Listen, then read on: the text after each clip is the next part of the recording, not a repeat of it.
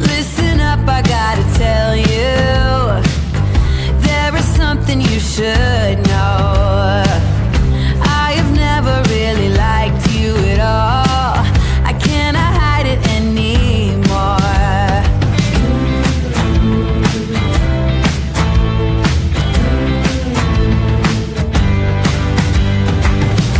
I've been thinking about the future, trying to forget about the past. So many ways that I could change for the better. Don't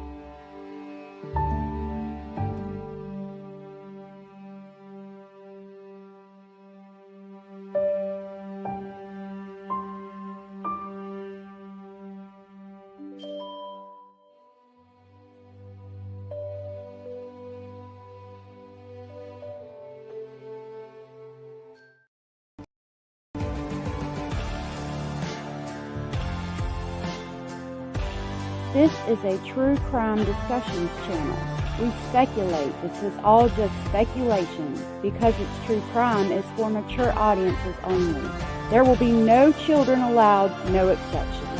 Everything on this channel falls under fair use. Please remember to like, comment, subscribe, and share. It's free. Hey y'all, I'm sorry I was a little bit late. There was a goat screaming outside and I went to go see what was going on. Just life, another day in paradise. It's good to see you, AM, Indie Girl, Abellis, Irene, Cara, Katia, Fawny, Donnie, Sandra, Rebecca, Abellis, Indie Girl, AM, Cindy from South Florida, Genevieve, Indy, Ava Sim, Genevieve. So I just said to you, Kimmy C123, Lori Green, Michael Green, Chile Chicken, Heathen, Lori again. It's good to see y'all. Char, the Cornish Gypsy, good to see you. Bad Girl, I don't know if I said you, love. Good to see you. Thank you all so much for being here with us today, this here day. All right, so we are going to continue talking about documents, but first, before we continue going over the motions that were filed, we're going to look at this document. There was a goat screaming there too. It started raining, and that goat was screaming like it was dying. I thought something got a hold of it. And they don't like the rain, so I think that's why they were screaming. Okay, so we're going to talk about what was found in bedroom number 4. Oh, hold on. And my document is watermarked, but if you want it without the watermark, you can get it on my Patreon, which I just dropped the link for. My kitten came in and sat with me when she heard your voice. Oh, that's so sweet, Fawny. Okay. So this is the Florida Department of Law Enforcement report. From this report was given to Mark Morris. The victim is redacted, but we know we can, surmise that it's Madeline Soto. The subject is Stephen Stearns. The offense is a death investigation, sexual assault, Osceola County, from February 25th, 2024. This laboratory report was sent in April 14th of 2025. Reference says this report references evidence submitted to the Florida Department of Law Enforcement on April 24th, 2024 by Ms. Tavers. The report contains conclusions, opinions, and or interpretations made by the author. So the evidence that was given is listed right here under description, and it was a white flat sheet from the closet in bedroom number 4, a white flat sheet from the bed in bedroom number 4, white pillowcases from the bed in bedroom number 4, and white fitted sheet from the bed in bedroom number 4. Now, do we all remember which room bedroom number 4 was and what was going on there? Yes, please don't forget to hit the thumbs up. I appreciate that. So we all know what was going on in bedroom number 4 to Madeline, correct? Genevieve said, I wish that people wouldn't frown on others with special or unique gifts. Everyone has a special gift. Goodness gracious. I didn't take my Prevagen. That's what's wrong. And those little special observations should never be ridiculed. I agree. Yes, please hit the thumbs up on your way in or out. So in bedroom number 4, that's where Madeline was being abused. So we definitely need to know if there was DNA or anything found on those sheets, right? Right. So item number 17 is the flat sheet from the bed. Item number 18, I should probably write this down because I'll forget as we read through the report. So let me get my pen, my box with my papers. All right. So item number 7, I haven't read this yet, by the way, if you can't tell, is from the bed. Item number 18 is the pillowcase.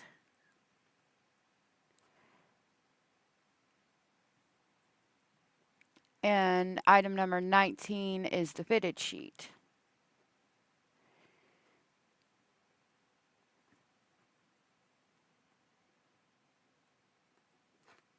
Okay, so, and it tells us there was 3 pieces of evidence submitted. That's what submission number 3 is, and that was, again, the flat sheet, the fitted sheet, and the pillowcase, right? I think they said they found something in there, and oh, that's so sweet. I wonder, I think that they said there was pictures from her bedroom, which is weird to me because that little partition is the only thing keeping people in the house from seeing what he was doing to this child. So it says STR DNA analysis was not performed on items 17, 18, and 19. And do we remember what STR DNA analysis is? Hey, Jenny Jen. They did find 3 tripods. The hair dryer and tie in Steppen's room means she went directly from shower directly to room number 4. Probably. So STR DNA is male DNA, right? So they said, I was like, where did it go? STR DNA analysis was not performed on items 17, 18, and 19. Remarks. Item 16 was not examined, and item 16 was the white flat sheet from the closet in bedroom number 4. It says, please contact CLAS Ashley German for case consultation if additional evidence submissions are needed. The submitted evidence is available for retrieval or return at the something opportunity. Abbreviations that may appear in this report are CODIS. Well, that's all I have. Questions regarding this report should be mailed to her. All right, so that's all I have on that one. I thought it would tell me more information. So we're going to jump over here to our friend Plunder real quick. And I will drop her link because she had this document and I might not have the right one because she was just talking about it. So let's go to Plunder. As soon as I get her video up and we listen to it for a second, I will drop her. Okay, I'm going to grab her link and drop it in chat. This is Plunder, our friend, and please, if you have not, make sure you subscribe and give her a like on this video. She's about to talk about the report. I'm going to see what she has to say about it.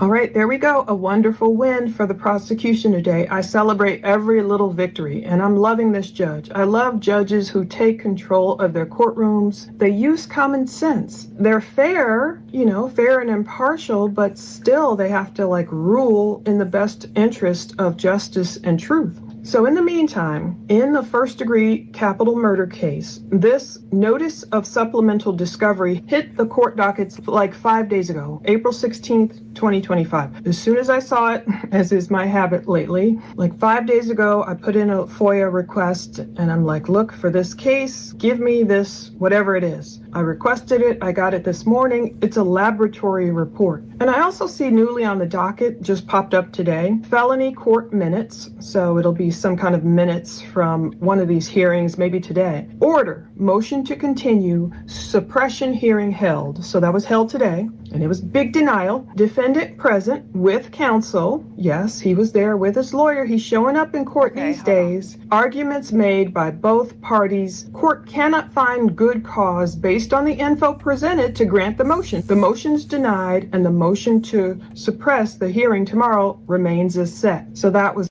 Okay, so I just dropped her link in the chat, and I do believe I pinned it to the top. Again, if you have not already, please give her a like and subscribe. Yes, this video is pinned at the top. So great. So I requested all that too. I got this laboratory report. It's dated April 14th, 2025 from the Florida Department of Law Enforcement. So it was sent to Interim Chief Robert Enzueto of the Kissimmee Police Department. It's at the attention of Mark Morris. We've heard him quite a bit in this case, and the subject is Stephen M. Stearns. That is Stephen Michael Stearns. Under the offenses, it says death, investigation, sexual assault, Osceola County, and it lists February 25th, 2024. So it's listing Sunday, February 25th as the offense date. And I don't know if they're doing that because they have actual knowledge that Maddie lost her life at the hands of Stephen that Sunday night. We'll see. So I've wondered that myself. So far, it looks like it's the exact same one I have. I would love to know. Wait a minute. This says possible hairs were observed on items 17, 18, and 19, but were not removed or examined. I thought I read that, but if I didn't, it does say that. Obviously, 17, 18, and 19 are the fitted sheet, the flat sheet, and the pillowcase. So I might have the same report as her, but either way, we're going to listen to what she has to say about it because she's really good at this stuff. This report references evidence submitted to the Florida Department of Law Enforcement on April 24th, 2024 by Rita Tavares. This report contains conclusions, opinions, and or interpretations made by the author. So, Thank you, Marisol. I'm so glad you found us and became part of our family. She is so sweet. It helps to have access to the state's criminal procedures handbook as well. Yeah, it does. I actually should probably get that. Hey, Peach Tampa Bay. I love how she did this, like where you can see her right here. That's really interesting. Like, that's what I mean by I need to touch up on my editing skills. I would love to know how to do some of these things. the evidence. Item number 16 is a white flat sheet from the closet in bedroom 4. Now, this one was up in the closet somewhere. Remember in one interview, if I can find it, they were really asking Jennifer about what sheets were on the bed up there? You were planning for Stefan to come visit, they were asking logical questions. Like when you have a guest come visit, you normally go in there and you make sure the sheets are all clean and set up. And she was kind of like, oh, I don't know this, I don't know that. And there's a white comforter with this design on it in the closet. And, there. Y'all, we will go right back to that. But look, I skipped a whole daggum section. It is the same paper. I don't know how I missed that. I guess because it moved when I clicked away, and I guess I missed it. But right here, it says possible hairs were observed on items 17, 18, and 19, but were not removed or examined.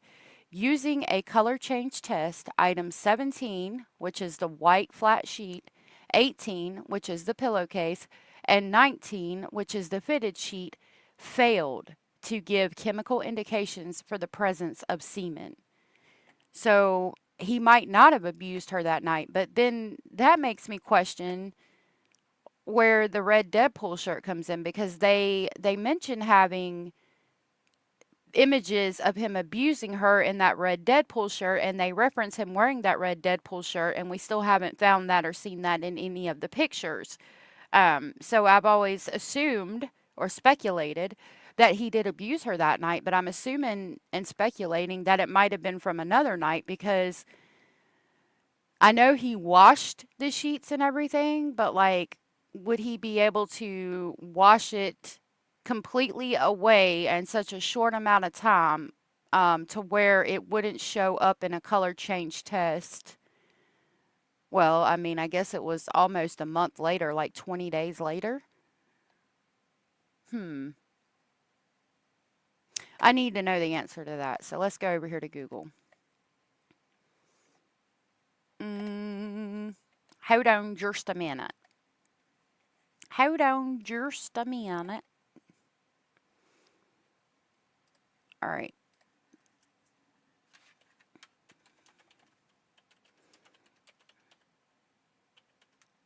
I'm going to be quiet while I type. Lord, I can see how to spell it right here. S-E-M-E-N.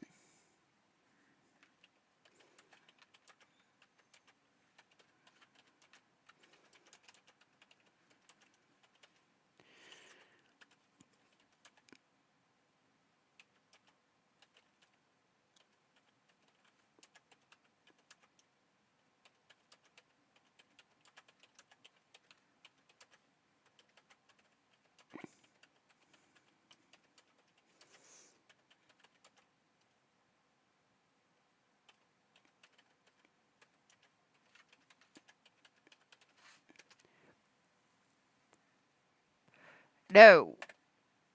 Okay, so I said, if there was semen on a sheet and I wash it, would a forensic lab be able to pick it up 20 days later? And it said no. No, forensic labs would not be able to detect the presence of semen 20 days later after washing it. Sperm is sterile and does not pose health risks, but is unlikely to be detectable after such a long period of time. And we can see, if we go back to this page, that it's from, oh no, it was, okay, wait a minute.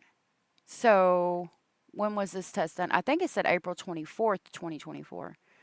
This report references evidence submitted to the Florida Department of Law Enforcement on April 24th of 2024. I said 20 days later. That's almost 2 months later. See, I have to click between pages. Y'all probably told me that, but I missed it. Hey, Anders, good to see you. And we know that he washed the sheets, right? So that's probably why it did not pick up, I had to test him too, the presence of semen. Because he not only washed it, but it had also been almost 2 months later, per this report right here, when it was submitted for testing. Because right here, this sentence says, this report references evidence submitted to the Florida Department of Law Enforcement on April 24th of 2024. The report contains conclusions, opinions, and or etc. That's 2 months later. And if we go back over here to Google, where I said if there's semen on a sheet and I wash it, would a forensics lab be able to detect it 20 days later? And it said no, forensic lab would not be able to detect the presence of semen 20 days later after washing it. Sperm is sterile and does not pose health risks, but it is unlikely to be detectable after such a long period of time. And that was only 20 days, not even 2 months. So there's our answer.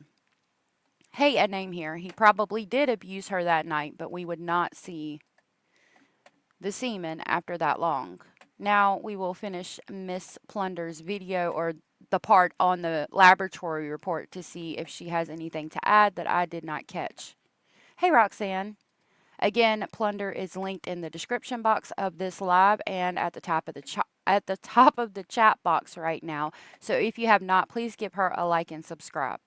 They're like, did you set up sheets for Stefan up there? You knew he was coming to visit. And she just hems and haws so much in those interviews, it's hard to know what was what. So item number 16 is some white flat sheet up in the closet in bedroom number 4. However, item number 17 was a white flat sheet from the bed in bedroom number 4. Item number 18 was a white pillowcase from the bed in bedroom number 4. Item number 19, a white fitted sheet from the bed in bedroom number 4. So the results from items 17, 18, and 19, these are the flat sheet, the pillowcase, the fitted sheet that were literally on the bed in bedroom number 4. It says possible hairs were observed on items 17, 18, and 19, but they were not removed or examined. Maybe that makes sense because it's like, well, they know Maddie was in there and Stefan was in there, whether it was his hair, her hair, combination of the two. I don't know if it would have told them anything, at least not in this regard, in this specific area. But it says using a color change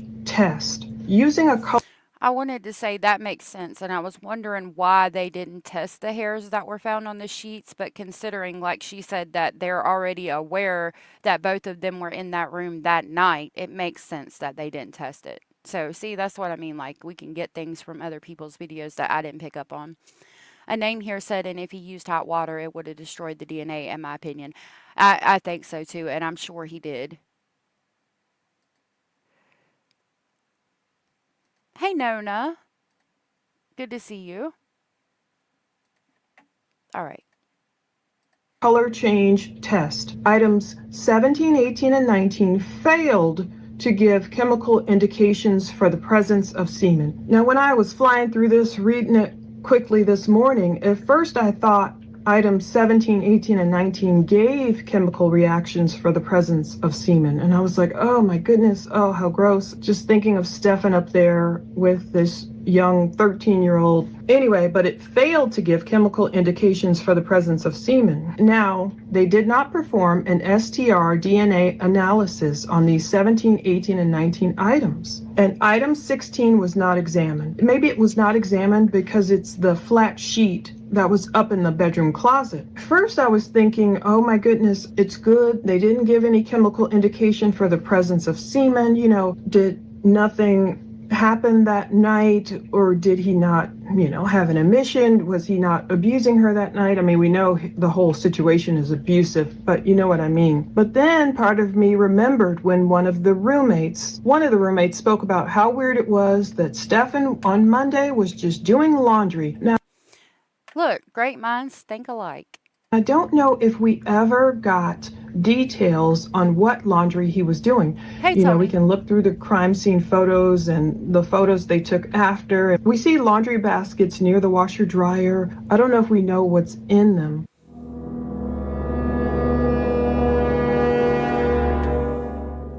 Did Stefan doing whatever he did, and She said, taking looks Maddie like, out of the house and laying her body out there on Hickory Tree? she said, looks like bedding to me. Let's see. Oh, yeah, that does look, it's sheets or pillows or something in there. It absolutely does. There was a firearm in the nightstand in Stern's room, in room number 4. There absolutely was. I know I get the thought process several of you have with that. I honestly, I mean, I don't know if it's because I'm from the South, but I don't think it means anything considering that he had several firearms that he kept. I think it's just the one he kept on him, like on his hip, for protection. And then at night, you would obviously put it in the nightstand or beside your bed. And then when you get up in the morning, put it back on your hip if he's that type of person. Yes, please hit the thumbs up and thank you so much. Did Stefan doing whatever he did, and taking Maddie out of the house and laying her body out there on Hickory Tree, and then coming back in the afternoon or whenever he was observed doing laundry, did he strip the sheets off of the bed and the pillowcase, the flat sheet, the fitted sheet, wash them? I don't know if there was a mattress pad on there too, maybe not. And did they test the mattress, because if he's stripping the sheets and washing them, trying to get rid of any evidence, did he put on fresh clean sheets like these white flat sheet and pillowcase and fitted sheet? I was wondering if they tested the mattress pad too, but if it's like one of those mattress pads that like keep the like it's like a plastic material and it keeps any kind of fluid or anything from getting on the bed, and also I think the ones for bed bugs are they're like a mesh, so it would be on that. But if it's a mattress pad that's like to keep things from being spilled on the mattress, then I mean all you'd have to do is wipe it off. But there it would still be there unless you like wiped it off with bleach, I suppose. So that is still a good question. I don't know if it'd be there or not if they had a spill proof cover on it. Were they clean? And is that why there were no chemical indications for the presence of semen? Could be. Or, did they find blood? What did they find, if anything? So it gives us an indication potentially of something, but then that's why I say it leaves more questions, because he did laundry. Were those the sheets? And again, item 16 was not examined. So they have who you can give questions to for Mark Morris, of course, to contact. So it makes you wonder. Every little bit of evidence we get paints more of a picture. I hope we get a lot more evidence tomorrow in this long motions hearing to know what the heck was going on. His defense attorneys better be ready, because this judge is not playing. I love it. I love when, if they can help it, based on the circumstances. I have never seen such a close up image of his tattoo. That's definitely a family crest, but it says Sustanet down here, which is his what is it? Reddit account name and Gmail account name. Marley Mum said roommate reported him doing laundry, but Jen didn't question that, as apparently he has never done laundry before. Right. It's a lot of things make me question Jen and her motives and what she actually 100% knew. Okay, so I think we got what we need from Plunder. Thank you so much, ma'am. I did not mean to pause you right there. I apologize for that, but I do appreciate her. And again, I will ask you one more time to please give her a like and subscribe if you have not. So we're going to go here. All right, so yesterday we were pondering how they got Madeline's phone, referencing these documents, which is the unlawful search, unlawful seizure of the phone, and the unlawful Google search account, and then wanting to throw everything out. We are going over what the defense said, which is Stefan's side, and what the district attorney said in response. Now, yesterday we were wondering how they asked for Madeline's phone to see, kind of get a comparison, because we have heard how they asked for Stefan's. So I suppose I will play another document. We'll listen to the defense document and then the district attorney's response, just to refresh our memory on how they asked for the phone from Stefan. And I've got the timestamp for where they asked for Madeline's phone, and it was given to them. So we'll go over that as well. I think the next document is the unlawful search. So let's go ahead and get into that. This is motion to suppress evidence obtained from Google search warrant. Okay, I want to go to, did I not put chapters? Heck no. Hold on. Because I want to go to the other phone document.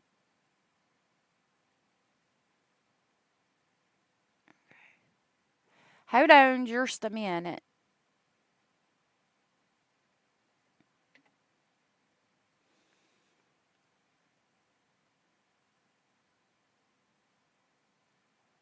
Hold on. Hold on just a minute. Okay, I feel like I might have skipped it or missed it.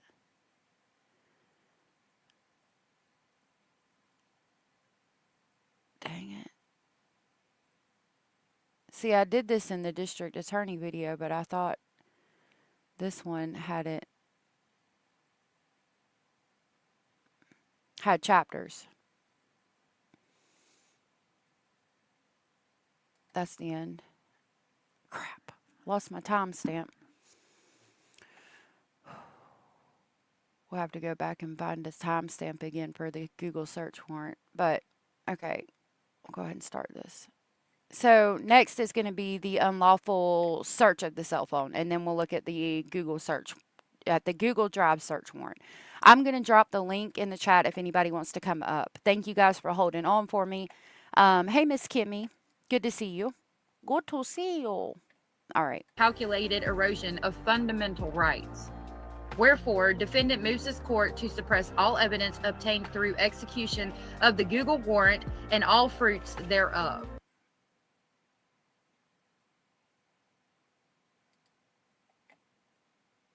Is a motion to suppress evidence obtained from unlawful searches of cell phone. It's the state of Florida as the plaintiff versus Stephen Michael Stearns, the defendant. It reads, comes now the defendant, Stephen Michael Stearns, by and through his undersigned counsel, pursuant to the Fourth Amendment to the United States Constitution, Article 1, Section 12 of Florida Constitution, and Florida Rule of Criminal Procedure 3.190G, and hereby moves this honorable court to suppress all evidence obtained directly and indirectly from law enforcement's unlawful searches of his cell phone.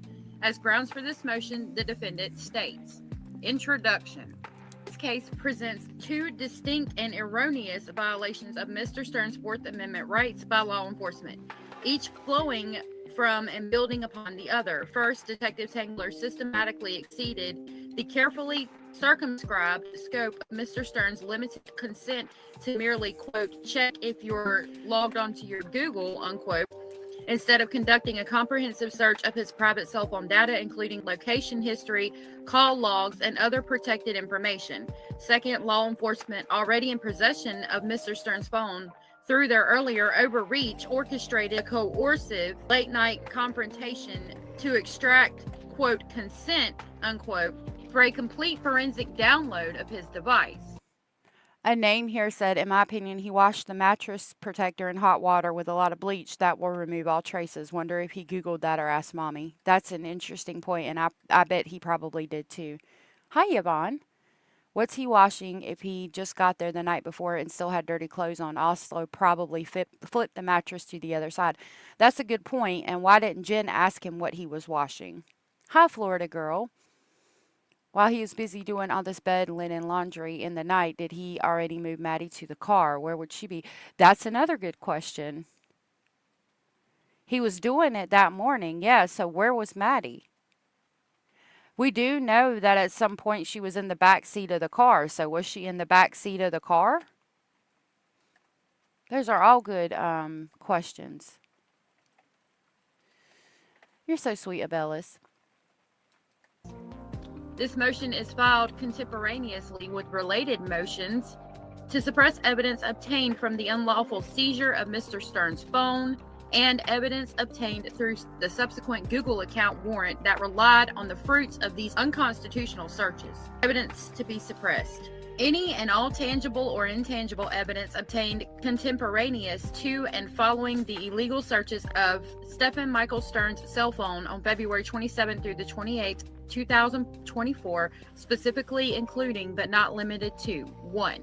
All data obtained during the initial unauthorized search that exceeded the scope of Mr. Stern's limited consent, including but not limited to location data, call logs, text messages, browsing history, photographs, videos, and any other digital content accessed beyond checking Google login status.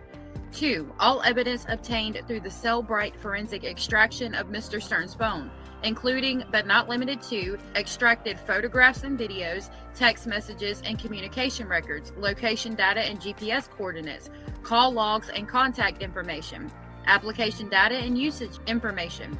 So I do believe that this is saying all the evidence that they need to throw out, or all the evidence that they searched and weren't given permission to search. We'll find out. Deleted content recovered through forensic extraction, file metadata and system logs, and any other digital evidence obtained through the Cellbrite process. 3. All derivative evidence and investigative leads developed through exploitation of these unlawful searches, including but not limited to physical evidence discovered using information from the phone.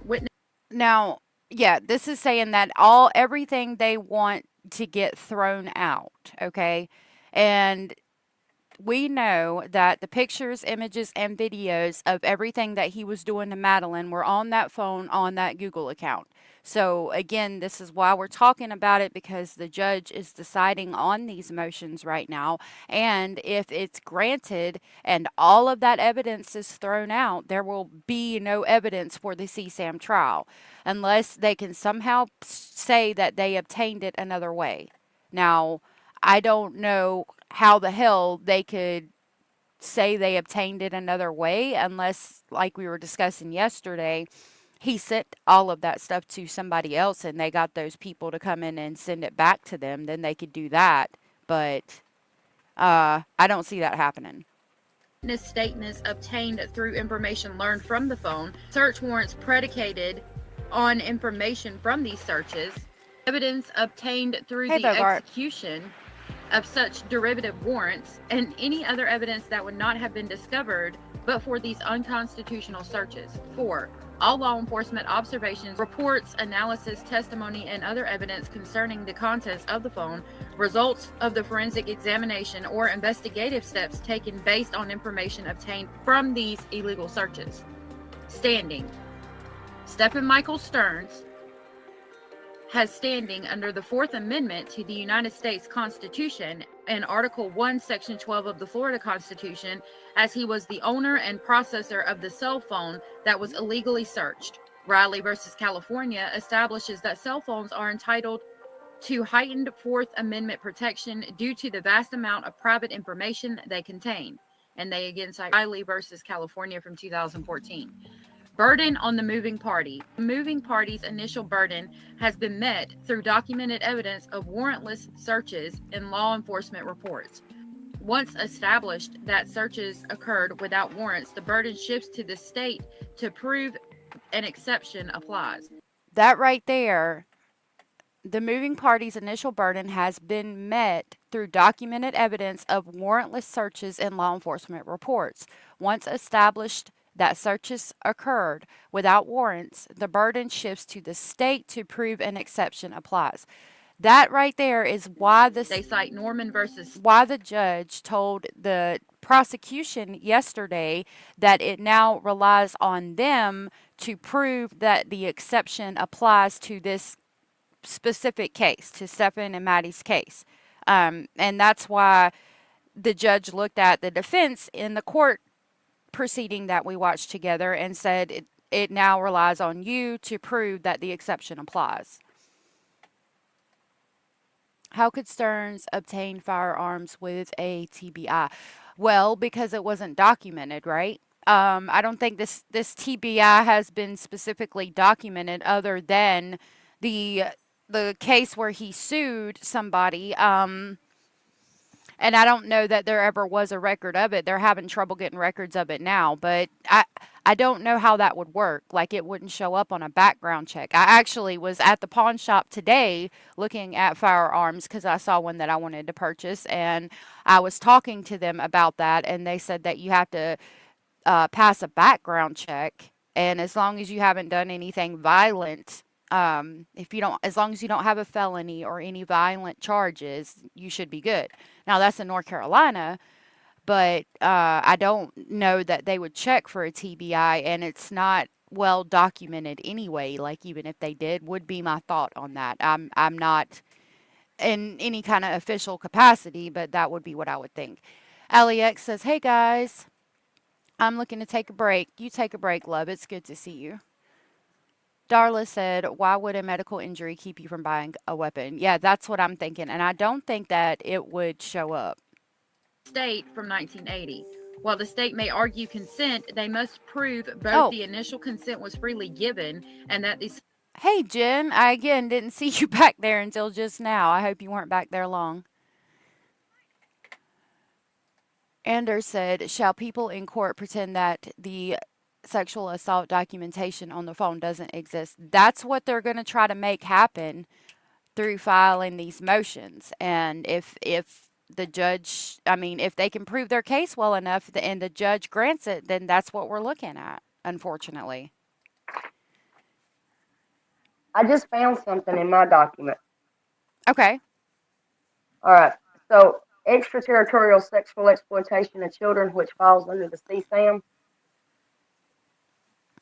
Okay. I Say, sent you I'm some sorry. information. Repeat that one more I time. sent, What? it's called Extraterritorial Sexual Exploitation of Children Rule, and it was ruled under the Department of Homeland Security investigatorial procedures, but Uh-huh. it has been ruled that the state of Florida under their criminal procedures is, you're right, he's going to have to be bound over to the state. The state's going to have to make the determination. But even if that information is suppressed with it, it doesn't mean that they can't use the information from based on what they've established through these other agencies in the FBI. It just means that the state of Florida is going to have to prove an extraterritorial sexual exploitation so that it can be bound over to federal. So, okay, what exactly is an ter you said It, extraterritorial? it's whenever you exchange images or videography, or you actually travel across state or country boundaries or into other territories to be actively participating in the exchange of exploitive material.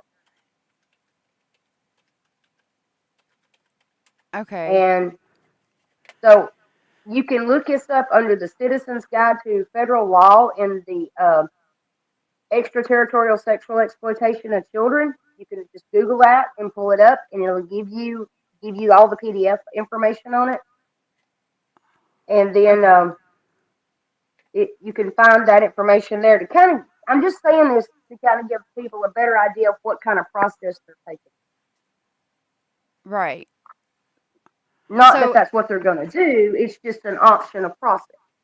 right, it says travel with intent to engage in sexual conduct, which didn't happen. Engaging in illicit sexual conduct in foreign places, which did I would say didn't happen because I would assume they mean not in the United States.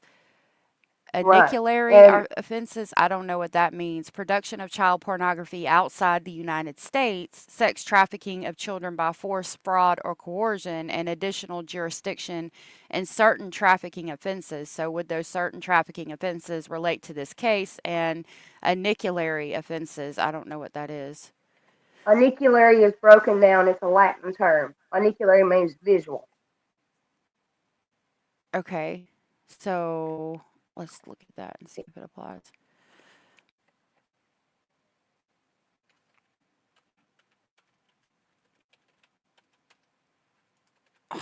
But you can also go just simply Google or whatever search engine you use, federal law on child sex trafficking with material, and it'll pull up those guidelines as well. Okay, hold on. Okay, one thing at a time, because I told you in chat my brain went into bowling mode. You're good.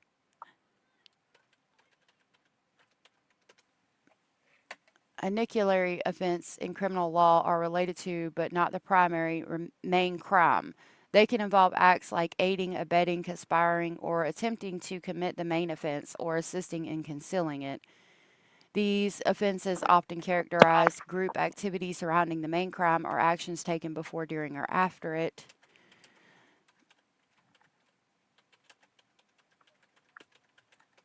Let's try that. Aniculary offenses in sexual trafficking are crimes committed alongside the primary crime of trafficking, often to facilitate or enhance the trafficking activity. These offenses can include, but are not limited to, fraud, drug trafficking, immigration violations, human smuggling, money laundering, and sexual exploitation of children. Traffickers may produce, distribute, or possess child pornography to exploit victims. So maybe in that aspect, the child sexual abuse material, but that is if it's bound over to federal, which I don't know. I mean, I would think that if something like that were to happen, they would try to bind it over to federal. I hope y'all could see that. I didn't even look. I'm Sorry if hoping y'all that's couldn't. what their intentions are, and that's what the door of opportunity is that the judge is giving to them to do. Yeah, I'm hoping. Vegan, good to see you. Jen trafficked Maddie to that freak. Other parents who have done that are charged with trafficking. Why has she been given a free pass? Maddie would be alive had she not made Maddie sleep with him. I agree with that. Where I'm all about, like, why hasn't she at least been charged when neglect? Her cognitive ability and what she actually knew has come into question. And we can all say it's messed up that she made him go upstairs and sleep with him. But if we're going to look at it in a state of law or in a court system, they're going to say, okay, but did she make Madeline go up there and sleep with him knowing 100% that he was going to abuse her, and can we prove it in a court of law? Because if not, then the DA and the whole state and county and all that risk getting sued for millions of dollars. So I think that's the issue. However, I don't understand why she's not at least charged with neglect. Hey, And that Wendy. may be the confidential part of all of this. It may be. I'm really wondering what the confidential thing the defense has gotten is and what that relates to. Wendy said So Stearns mentioned PR when they asked what pics were on his phone. He mentioned Maddie's trip. Puerto Rico. Yeah, he did. And I didn't there you even know go. she ever went to Puerto Rico. But wait, Puerto Rico is Appa- a Yeah, is a United States territory, so it may not apply. right. Did that happen? Well, I mean, this case happened recently, so even if it was really recent, it was probably after it became a territory. Oh, that's why she's off the hook. Jen Soto had an IEP allegedly. Yeah, I've heard that. Hey, I Chaz. heard that too. Mm-hmm. Thank I you heard for that too. sharing that. And even if she does have an IEP, you're looking at other agencies getting involved because you've got the American Disabilities groups getting involved, the state of Florida's ADA getting involved. You've got all of this, and it's going to go deep if it's exploitation of a vulnerable person. Yep. I mean, that could be another charge on him. Mm-hmm. It could be one on her too, Allegedly, yeah. because she's the conservator. If a minor child has an IEP or a diagnosed special need, that conservator, and her being her parent, more likely is her conservator or her payee. But they hold the sole responsibility in protecting that individual. Yeah. Yep. But can we prove in a state of law in a courtroom that she actually knew he was abusing her when she sent Maddie upstairs? Would be the issue, That and I think is interrogation's the going to issue. hold. Yeah, that interrogation's going to hold the key to that. Mm-hmm. Because not all of that interrogation has been released to the public.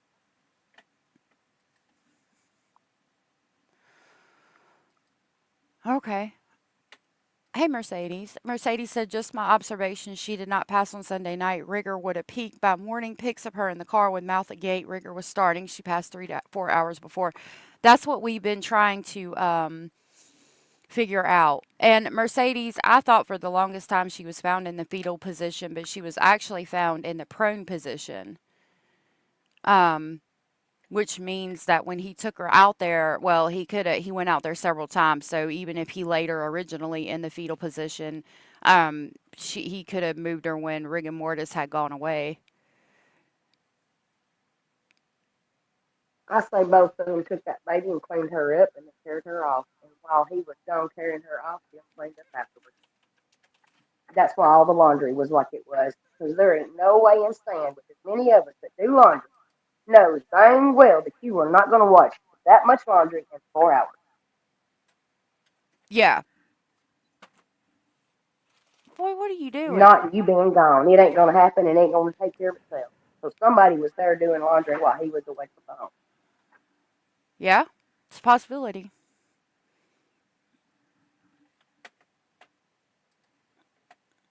Subsequent searches remained within the scope of that consent. They cite United States versus Blake from 1989. Statement of facts.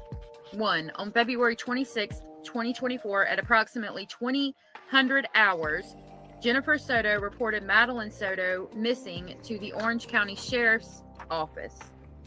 2. On February 27, 2024, Detective Francis Hunt identified inconsistencies in statements provided by Ms. Soto and Mr. Stearns.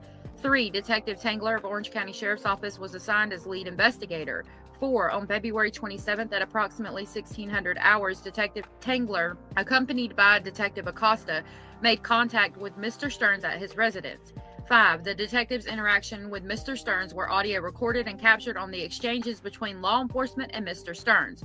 Mr. Stearns' residence is located at number 7. During this encounter, Detective Tangler sought limited access to Mr. Stearns' cell phone, specifically requesting only to check Google login status by asking, quote, "Is it okay if I go into your settings real quick? I just want to see if you're logged on to your Google," unquote. 8. Mr. Stearns responded, quote, "Yeah," quote, to this specific and limited request. 9. Despite only receiving consent to, quote, "check if you're logged on to Google," the detectives conducted an extensive unauthorized search of Mr. Stearns' cell phone data well beyond the limited scope. 10. During subsequent questioning, the detectives revealed their unauthorized intrusion by confronting Mr. Stearns with specific details about his movements and activities with information that could only have been obtained from searching his Google Maps location history on his cell phone. 11. The detectives further demonstrated their unauthorized access by directing pointed questions to Mr. Stearns about specific calls and communications that could only have been discovered through an exploration of his phone's call logs and messaging data. 12. Detective Tangler specifically stated, quote, "I was checking your call history. I noticed that you don't have anything before this morning. Is that unusual on your phone?" Quote, unquote. 13. Mr. Stearns explained that he had recently performed an operating system update which resulted in an accidental factory reset of his phone, causing him to lose all contacts and information. 14. The detectives' questioning and statements to Mr. Stearns indicated that they had accessed and reviewed other unspecified data within his phone, all beyond the narrow scope of consent given. 15. The detectives used information from this unauthorized search to confront Mr. Okay. The detectives' questioning and statements to Mr. Stearns indicated they had accessed and reviewed other unspecified data within his phone, all beyond the narrow scope of consent given.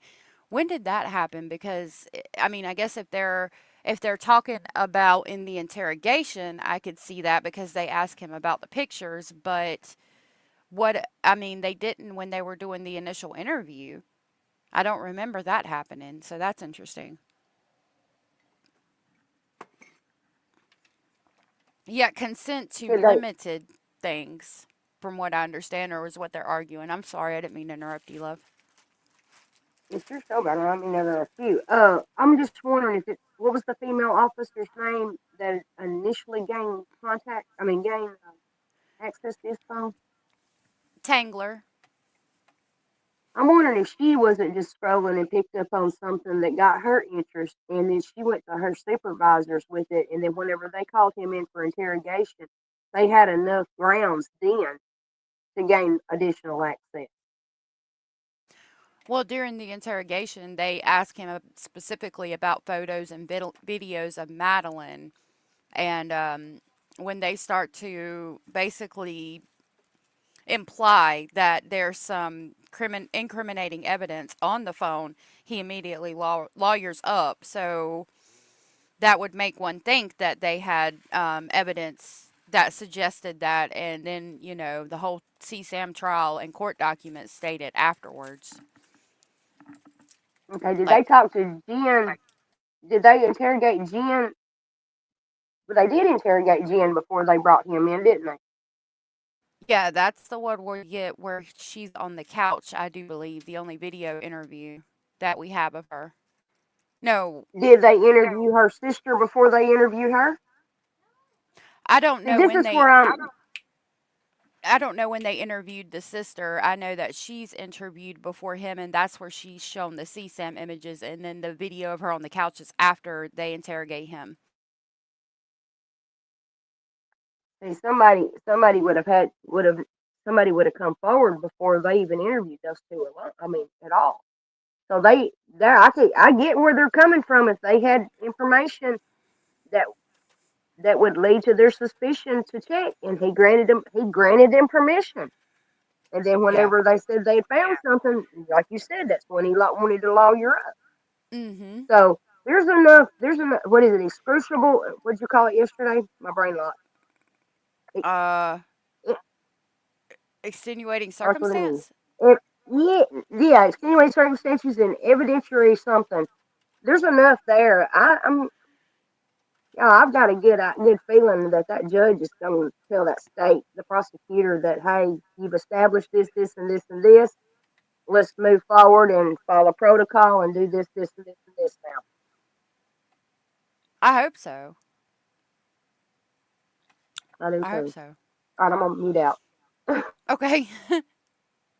Mr. Stearns about inconsistencies in his timeline and about his whereabouts on February 26, 2024. 16. At the conclusion of the interview, Detective Tangler took possession of Mr. Stearns' phone. 17. Then Detective Tangler stated, quote, "I'm going to hold on to your phone," unquote, and, quote, "I'll give it back to you when we're done," unquote. 18. At this time, Mr. Stearns expressed concern about maintaining contact with his father through that phone.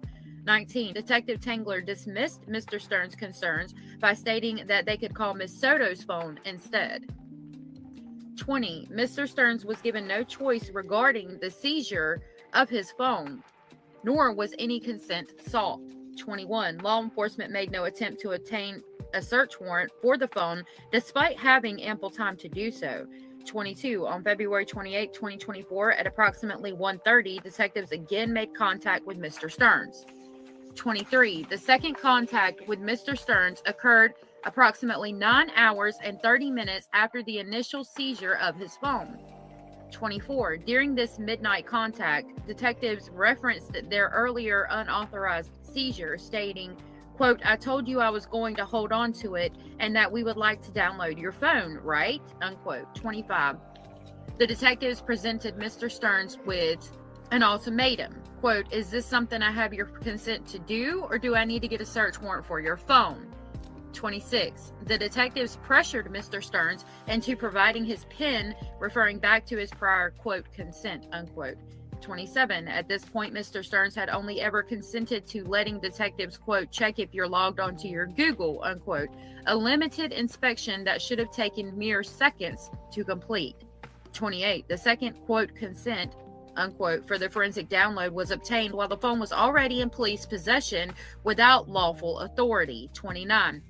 The detectives did not present Mr. Stearns with a written consent form for the initial phone search, nor for any other subsequent searches conducted on his person or property.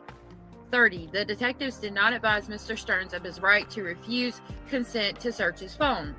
31. The detectives did not provide Mr. Stearns with any documentation regarding the seizure of his phone. 32. The detectives did not document any exigent circumstances justifying the warrantless seizure. 33. During the initial round of questioning, Detective Tangler noted that Mr. Stearns stated he had taken an Ativan earlier that night for panic attacks. He explained that he had not needed the tranquilizers for some time, but had taken them to help him sleep. 34. Ativan is a prescription sedative commonly used to treat anxiety and panic disorders known to cause drowsiness, sedation, and impaired alertness. 35. Mr. Stearns described these effects of Ativan to law enforcement, stating, quote, this is why I missed your calls. I'm sorry, took an Ativan and conked out for a few hours, unquote. 36. At the time of this midnight interaction, Mr. Stearns had been detained outside in 50 to 60 degree temperatures, wearing only flip-flops, khaki pants, and a thin hoodie. He had not eaten all day and was prevented from returning to Miss Soto's heated vehicle after initial questioning. Now, they're giving all of these reasons. All of these reasons are why they're saying that them seizing the phone and searching the phone is illegal. And I do believe there's like 50 of them.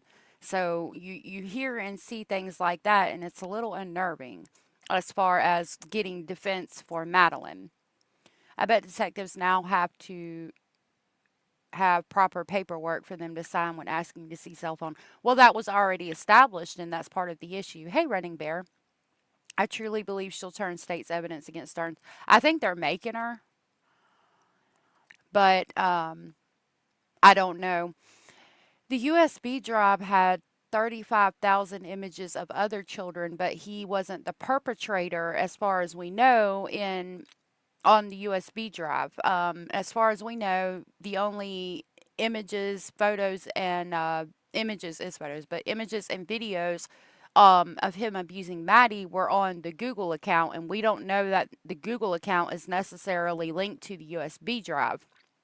I mean, like even right now, I have a USB drive with FOIA information on it for a case that I requested, and it doesn't have access to my Google account. So that would be my issue with that. We discussed that quite a bit yesterday.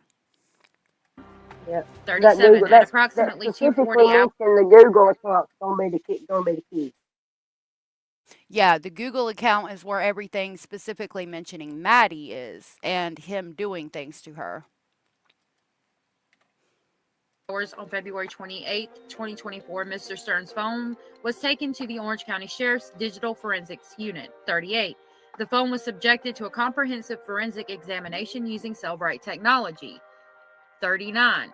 The Cellbrite forensic extraction allowed detectives to access and examine not only readily available data, but also deleted content, hidden files, system logs, and other digital artifacts not normally accessible to typical users.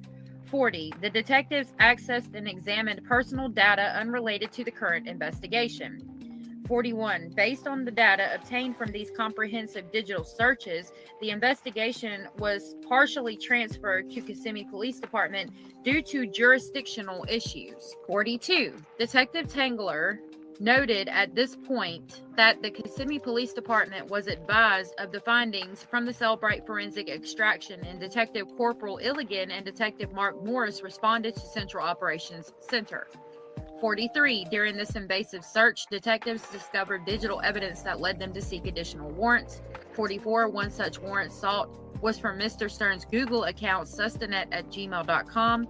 45. The Deputy Taylor Heller of the Orange County Sheriff's Office sought the warrant for Mr. Stern's Google account on February 28, 2024, the same day as the Cellbrite extraction. 46. The Google warrant application relied on information obtained from the illegal phone search. 47. The Google warrant execution revealed over 1,700 files on a Google Drive folder. 48. These files included photographs, videos, and other media files that form the basis of this instant case. 49. I might have skipped ahead. This might be for the Google Drive, so I might have messed up on that. But either way, we're going to continue listening from this point and just talk about the Google Drive if that's what we're referencing right now. The files contained associated location data and metadata spanning from 2019 to 2024.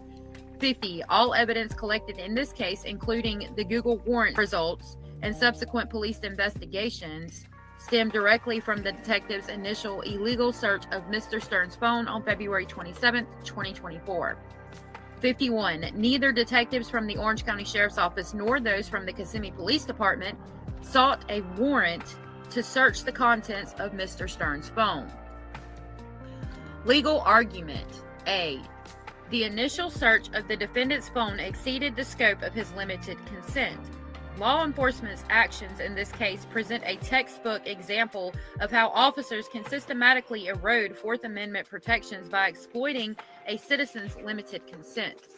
Detective Tangler's transformation of narrow permission to, quote, check Google login status, unquote, into a comprehensive search of Mr. Stern's private cell phone data epitomizes the type of incremental overreach that courts have consistently rejected, particularly in the context of modern digital devices that contain the most intimate details of a person's life.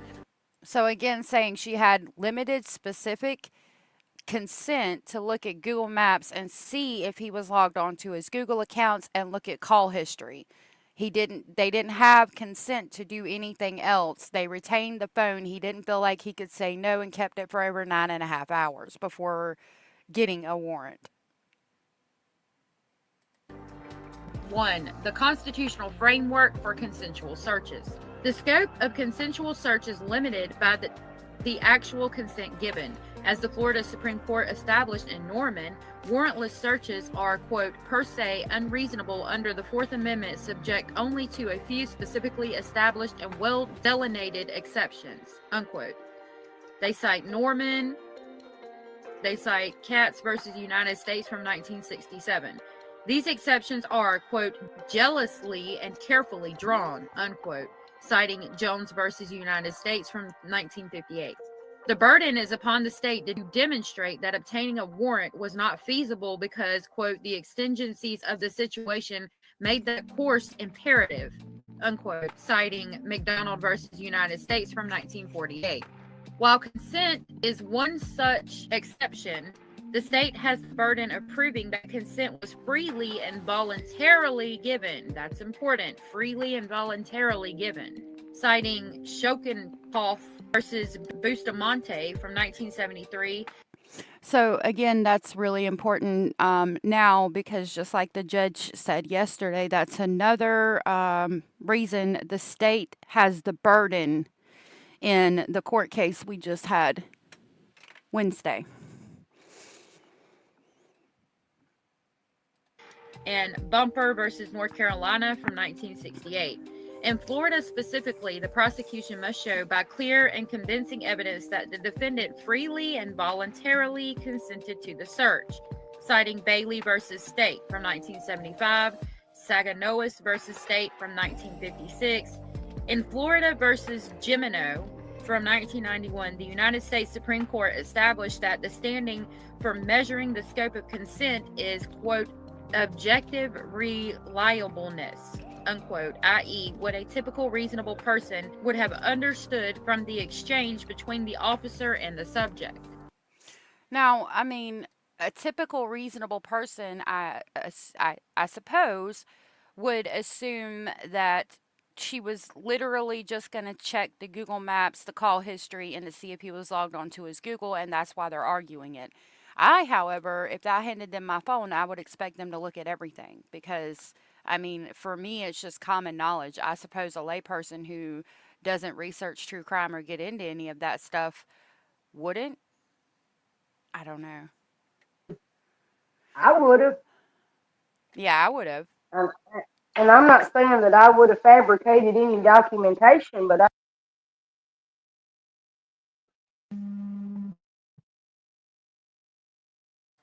Did I just lose you, or was it? I don't know if I lost you or if you cut out, but I didn't hear the last part of what you said. Okay. A suspect retains the ability to define the scope of any consent given. In Walter versus United States, the United States Supreme Court held that consent to search does not equate to unlimited permission. Walter versus United States from 1980 is what they cite. When an officer receives limited consent for a specific purpose, they may not exceed that limitation. United States versus Millen Rodriguez from 1985 is what they cite. Most critically, for the case at bar, when consent is obtained after illegal police activity such as an unauthorized search or arrest, the unlawful police action presumptively taints and renders involuntary any consent to search, citing Bailey versus State, Ehrman versus State from 1972, see also Brown versus Illinois from 1975, Wong Sun versus United States from 1963. The consent will be held voluntary only if there is clear and convincing proof of an unequivocal break in the chain of illegality sufficient to dissipate the taint of prior official illegal action, citing Bailey versus State and Sheff versus State from 1976. Number 2, cell phones required enhanced privacy protection under Riley. The United States Supreme Court landmark decision in Riley versus California established that cell phones require heightened constitutional protection given their unique ability to store vast quantities of intensely personal information.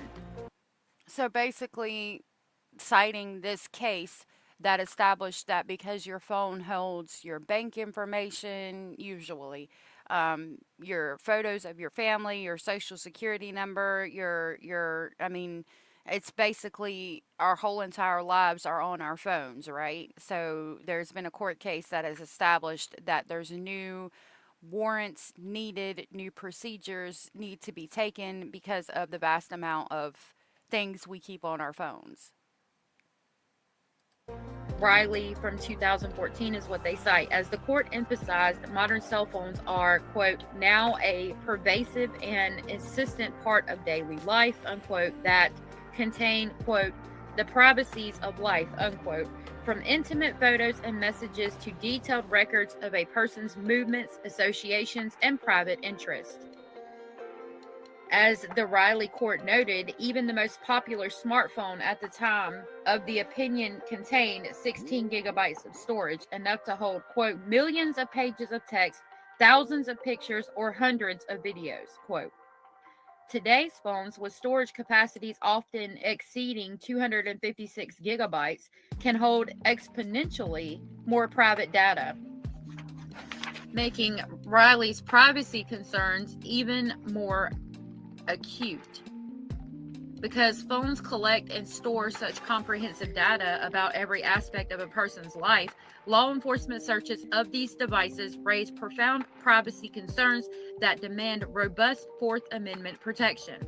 This is particularly true when officers exceed the scope of limited consent, as Detective Tangler did here. By accessing location data, call logs, and other private information after obtaining permission only to check login status, Detective Tangler conducted precisely the type of invasive search that Riley sought to protect against.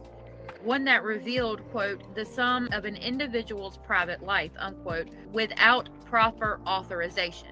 The detective's actions perfectly illustrate why the United States Supreme Court emphasized that cell phones are, quote, not just another technological convenience, unquote, but rather contained the very, quote, privacies of life, unquote, that founders sought to protect from unreasonable government intrusion.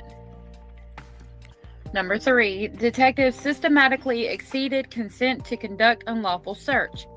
The facts here present a clear case of law enforcement exceeding the scope of limited consent. The exchange between Detective Tangler and Mr. Stearns was unambiguous, explicit, and unequivocal. The detective specifically asked, quote, "Is it okay if I go in your settings real quick? I just want to see if you're logged on to your Google," unquote. Mr. Stearns responded with a simple, quote, "Yeah," to this carefully circumscribed request. No reasonable person would understand this exchange as granting permission for a comprehensive search through their phone's contents.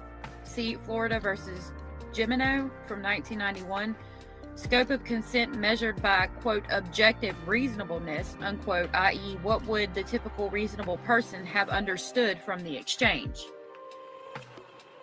Again, Yet, what would you think? What would a typical reasonable person think she was going to look at? Well, they would think that she was going to just look at his Google Maps, his Google account, and his call history. But Yeah, still, we're dealing with 2 capital cases here. We're dealing with a capital case of a crime against a child and a murder case involving a crime against a child. Regardless of what the investigator did or did not do, or what paperwork was or was not signed, it was already established the reason for the request of search. These people are on crack. Because if you look up the criminal procedures on capital crimes, it absolutely does not violate anyone's Fourth Amendment. They're not asking for how many times he take a poop throughout the day or how many times he did his laundry. They're wanting to know his involvement with this child that at the time is missing and has now recently been discovered deceased. Theirs to the ground. They're on crack. I mean, I hope the judge sees it that way, but again, considering that he said that there's no case law in reference to it, he's going to be very much by the book, and it's going to be whoever's case is better argued, I would think, or whoever's got the better document. Unfortunately. Hey, Orange Rose. Rebecca Ross, what did you say? I was going to respond to that. I lost your comment. Hold on. Hey, Hobby Farmer. Hey, everybody coming in that I missed. Dang it, I missed it. Okay. Detective Tangler immediately began conducting a broad search far beyond this limited authorization. The detective scrolled through various applications examining Google Maps, history, call logs, and other private information never contemplated by the narrow request and subsequent consent to check login status. Federal courts have consistently held that such expansion beyond the scope of consent renders a search unconstitutional. The First Circuit held that consent... Sorry, you said the defense, it's the defense's job to argue. This one is different because they're saying that the search and seizure was warrantless, so therefore it falls on the prosecution to argue how it wasn't warrantless and basically prove exigent circumstances, which again, I mean, a child was missing. They've laid it out in the response, and we're going to listen to that as well in just a few minutes. To search an apartment did not authorize the search of a personal computer found within. They cite United States versus Turner from 1999.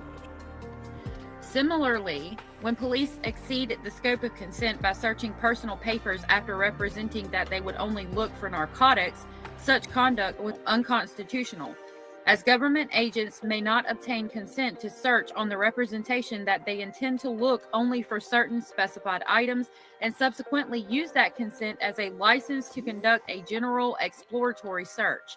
They cite United States versus DAsay from 1971. The detective's subsequent conduct demonstrates her violations of these constitutional limits.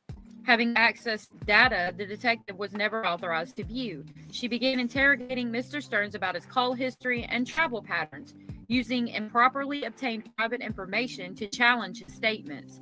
This matches patterns courts could have identified as exceeding the scope of consent. See ID at 129 through 30. Her deliberate use of improperly obtained data reveals that this was not an inadvertent overstep, but rather a calculated design to ignore the clear limitations of Mr. Stern's consent. Detective Tangler's progression from checking settings to searching private data represents a deliberate breach of the consent's boundaries. So basically, they're saying they're proving that she started searching the phone immediately by referencing his Google Maps and things, which I personally thought that they specifically asked to look at.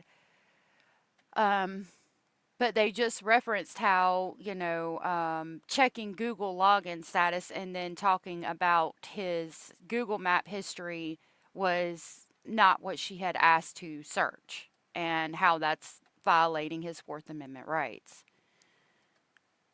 And forget about if you're in one of those states that's a Commonwealth state, they make stuff up on the go and laws are just wild. Yeah, a Commonwealth state is very questionable.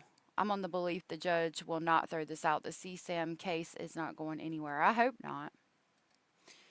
Trailgazer says he freely gave his empty phone to detectives. It was also exigent circumstance. He had reset the phone and was the last person with a missing child. Yep. And they point out that he handed the phone over because he thought that the factory reset had gotten rid of everything on the phone. Her transformation of limited protection to, quote, check Google login status, unquote, into a comprehensive search of Mr. Stern's entire phone exemplifies the type of overreach courts have consequently rejected. Detective Tangler's own interrogation revealed this violation. As she confronted Mr. Stearns with private data she knew was beyond the permission granted. When consent creates a boundary, law enforcement cannot ignore it. Number 4. The state cannot satisfy Florida's consent requirements because the search exceeded all boundaries of the established consent. The state bears the burden of establishing both that consent was freely given and that the search remained within its scope. And that's what the judge said yesterday. Because of this specific filing, it falls on the state to prove that all of those things were freely given.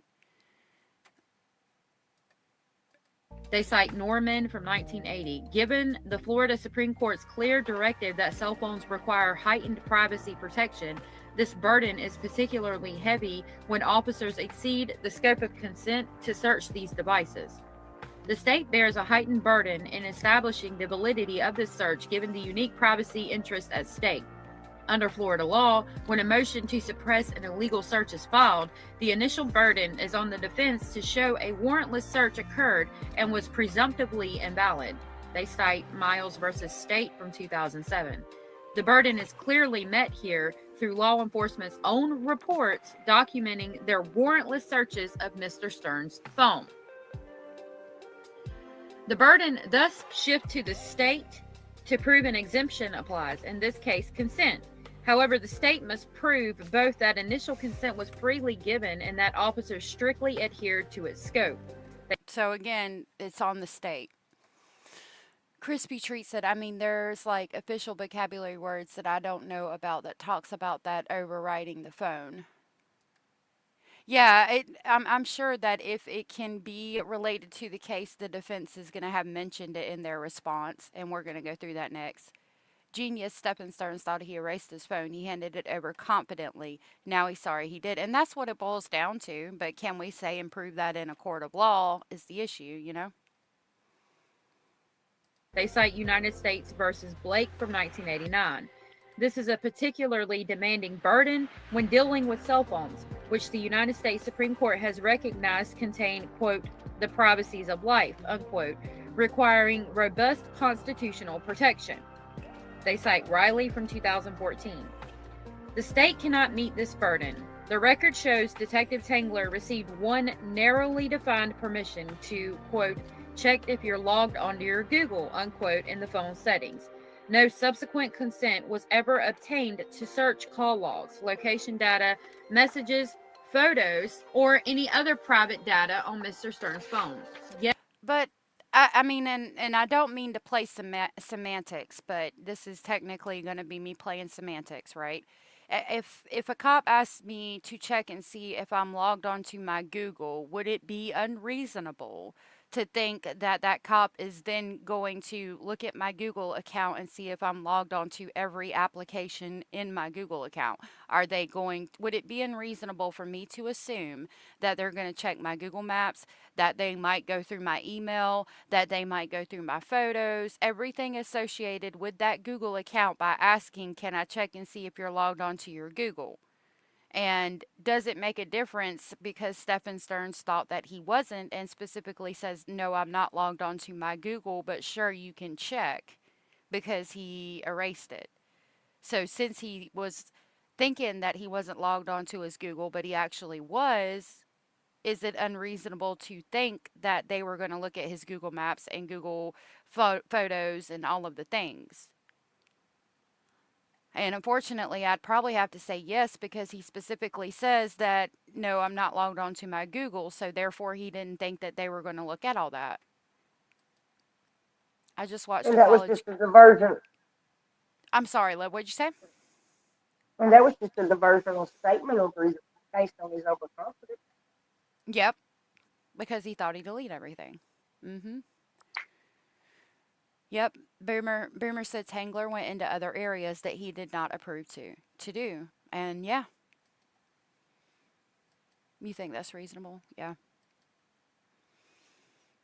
Also, for somebody that was like a computer, why didn't he really understand how factory resets work? You know, that's a good point too, Crispy. yet Detective Tangler deliberately exceeded these clear boundaries, accessing and exploring private information far beyond the settings menu. This mirrors the precise type of overreach Florida courts have consistently rejected, just as consent to look in a vehicle's trunk does not authorize prying open locked luggage found inside.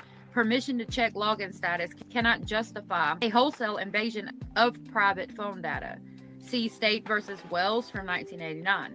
Detective Tangler's progression from checking settings to searching private data shows an unambiguous breach of the only consent Mr. Stearns was provided.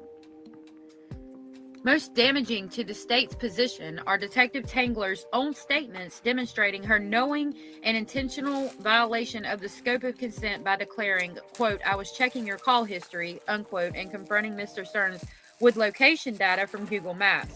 Detective Tangler herself documented that she deliberately ventured far beyond merely checking login status.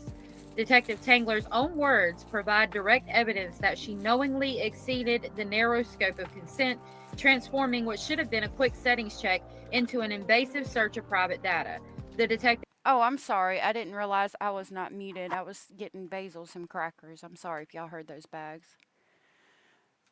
Malibu Surf, good I to heard see you. something rattling. It was just making me hungry. I've got a bag that I keep in here with crackers, and he's eating them now. You hear him? Hey, Mike and Lori and Malibu Surf. Lori, you've been here. Okay. Malibu Surf said he's toast. They're entertaining it seriously per technicalities. It would be good to know that if that's what was going on. Hey, Ada Banana. The judge has not ruled yet. These are the motions that were submitted from the defense, and then we're going to go over what the prosecution clapped back. You're not mad? Okay. Well, thank you.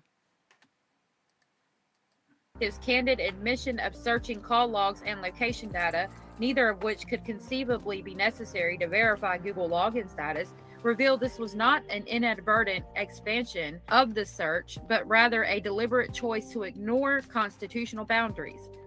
The state cannot articulate any legitimate investigative necessity that required Detective Tangler to exceed the narrow scope of consent.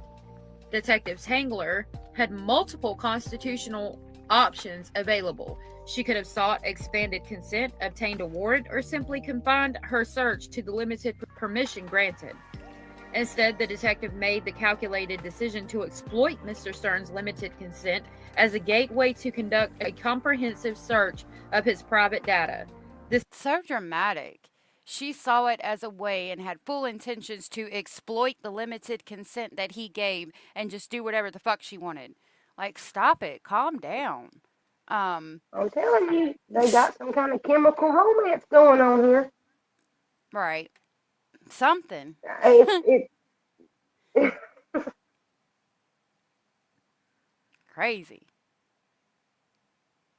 This type of scope violation is precisely what courts have sought to deter through suppression. B. The subsequent, quote, consent, unquote, to download the phone was involuntary under the totality of circumstances. The evidence in this case underscores how law enforcement's tactics crossed constitutional boundaries to secure purported, quote, consent, unquote, for a comprehensive search. Detectives systematically eroded Mr. Stern's rights by exceeding limited permissions, exploiting the prolonged seizure of his phone, and wielding coercive threats to compel compliance. These actions demonstrate a deliberate strategy to bypass constitutional safeguards, rendering any alleged consent involuntary and invalid under the Fourth Amendment. The state cannot meet its burden of proving that Mr. Stern's consent to have his cell phone forensically examined was freely and voluntarily given, as required by established precedent, due to the pervasive misconduct and coercion employed by law enforcement. 1. Consent following illegal police actions is presumed involuntary. Consent obtained following illegal police activity, such as an unauthorized search or seizure, is presumed involuntary. So that's what they're going to use to say that even though he gave consent afterwards, because the initial search was illegal and they didn't have the right to do that, any consent he gave afterwards is basically X'd out, null and void, which is interesting.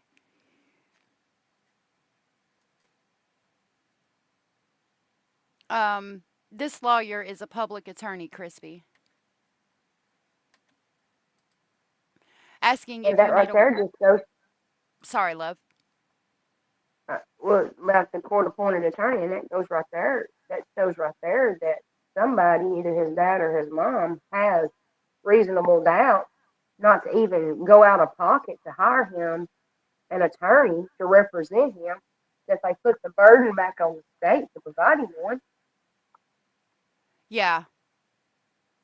Yeah, that's concerning. Like, I don't know. If I had a child looking at charges like these, I would at least try to get him a good attorney. Um, I've thought about that too. Um, I mean, yeah, because I mean, if I had an inkling of compassion for my child, I wouldn't care what the charge was. Now, if it was something petty, it'd be different. But this is capital crimes. These are loss of death, loss of life. yep.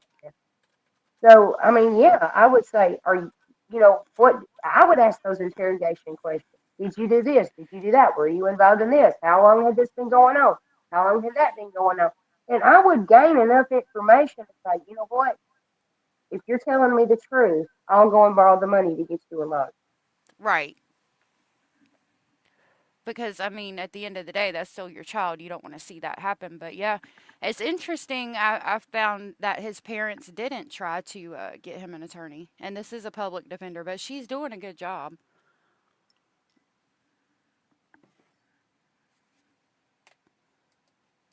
Under Norman, the presumption of taint applies unless there is clear and convincing proof of an unequivocal break in the chain of illegality sufficient to dissipate the prior misconduct. They cite Norman from Florida, 1980. The state bears the burden of proving such a break. Guilty of crime said they don't have the money to hire him a lawyer is what they're saying. It will be $100K for a decent one defense for one trial. Yeah, I mean, but they've got properties and things that they could borrow against would be what I would think. Considering the charges, They but could I don't sell all know. of his Tamagotchis for him. I'm sorry, what'd you say? I said they could start by selling all of his Tamagotchis for him. Right? It's good to see you guilty of crime. And without this proof, the consent remains invalid. This principle underscores the requirement that voluntariness must be free from coercive circumstances arising from prior unlawful conduct. Under Scheckenkloth versus Bustamante, voluntariness necessitates a free and unconstrained decision-making process, a standard that ensures constitutional protections remain robust against coercive practices. And Scheckenkloth versus Bustamante from 1973 is what they cite. The Fourth Amendment's prohibition against unreasonable searches requires that consent be, quote, freely and voluntarily given, unquote. Voluntariness is determined by examining the, quote, totality of all the circumstances, unquote, a nuanced analysis that precludes reliance on superficial assurances. 27. The state carries the burden of providing voluntary consent by clear and convincing evidence. Florida. So again, that's why they're putting it on the state. Yeah, I agree with that too, Boomer. If the murder, Mayla's mom said if the murder trial carries the death penalty, the attorneys for that would be extremely expensive because they have to be death penalty lawyers and it's a whole team usually. Yeah. Yeah, definitely. I don't know, like maybe because I've been in the court system unfortunately and I've seen a lot of things, I don't know. I would like sell my house or remortgage or something to try to do something, you know? I don't know. And I don't blame them. I mean, they might not be able to. They might have already remortgaged their house. I don't know. I just found it interesting that they didn't attempt to. But again, it's probably good that they didn't because the public defender is doing a fantastic job. So, and they didn't have to do any of those things.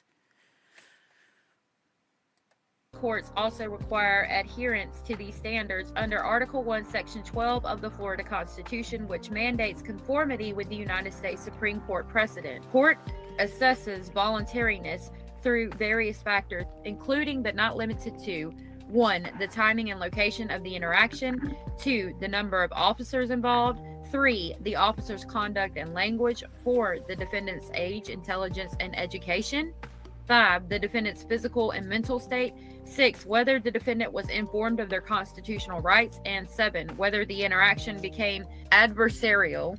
See Ramirez Chintel versus State from 2002 and Scheckenkloth. Of particular importance, prior police misconduct can validate subsequent consent.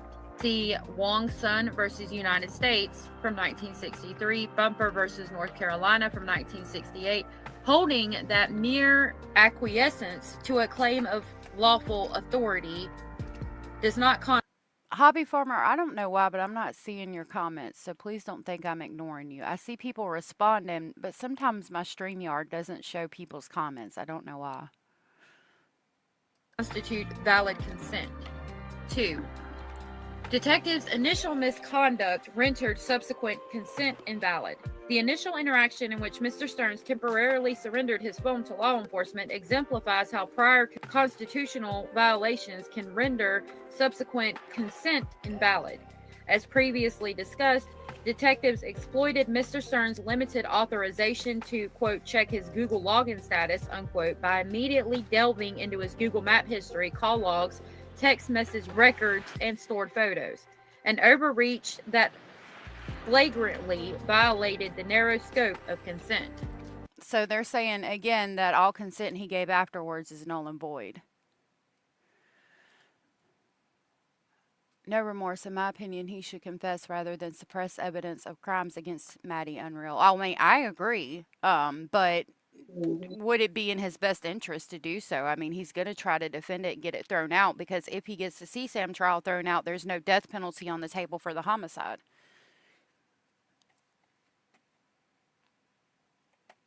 Were you going to say something? I'm sorry. Yeah, because I'm thinking of something. If they suppress this evidence on this CSAM case, can you imagine how detrimental it's going to be for other victims pending cases with child exploitation and trafficking? Oh, Look at yeah. all the victims that we have in this nation. Let's just look at all the victims that's been made public in the state of Florida. If they suppress this evidence of him having possession of this and the victim having loss of life, this is going to impact every anti-trafficking, every advocacy, awareness in preventing and protecting victims of these same crimes if they suppress this evidence. Yeah. It's just going to open the door for these fools to keep getting away with this mess. Yeah. I really hope that law enforcement reevaluates the way that they obtain things after having all of this go on. I really do. Well, and this is going to lead to parents of victims, young children who have been victims of sexting and the bullying and all of that that goes along with it. They're just going to be at an absolute loss through the judicial system if they suppress this evidence on just this one case, because they're going to establish a case law that the victimizers and the predators can use to get Yep. out of their crime. Yep. Yep, because this is going to establish case law, I do believe.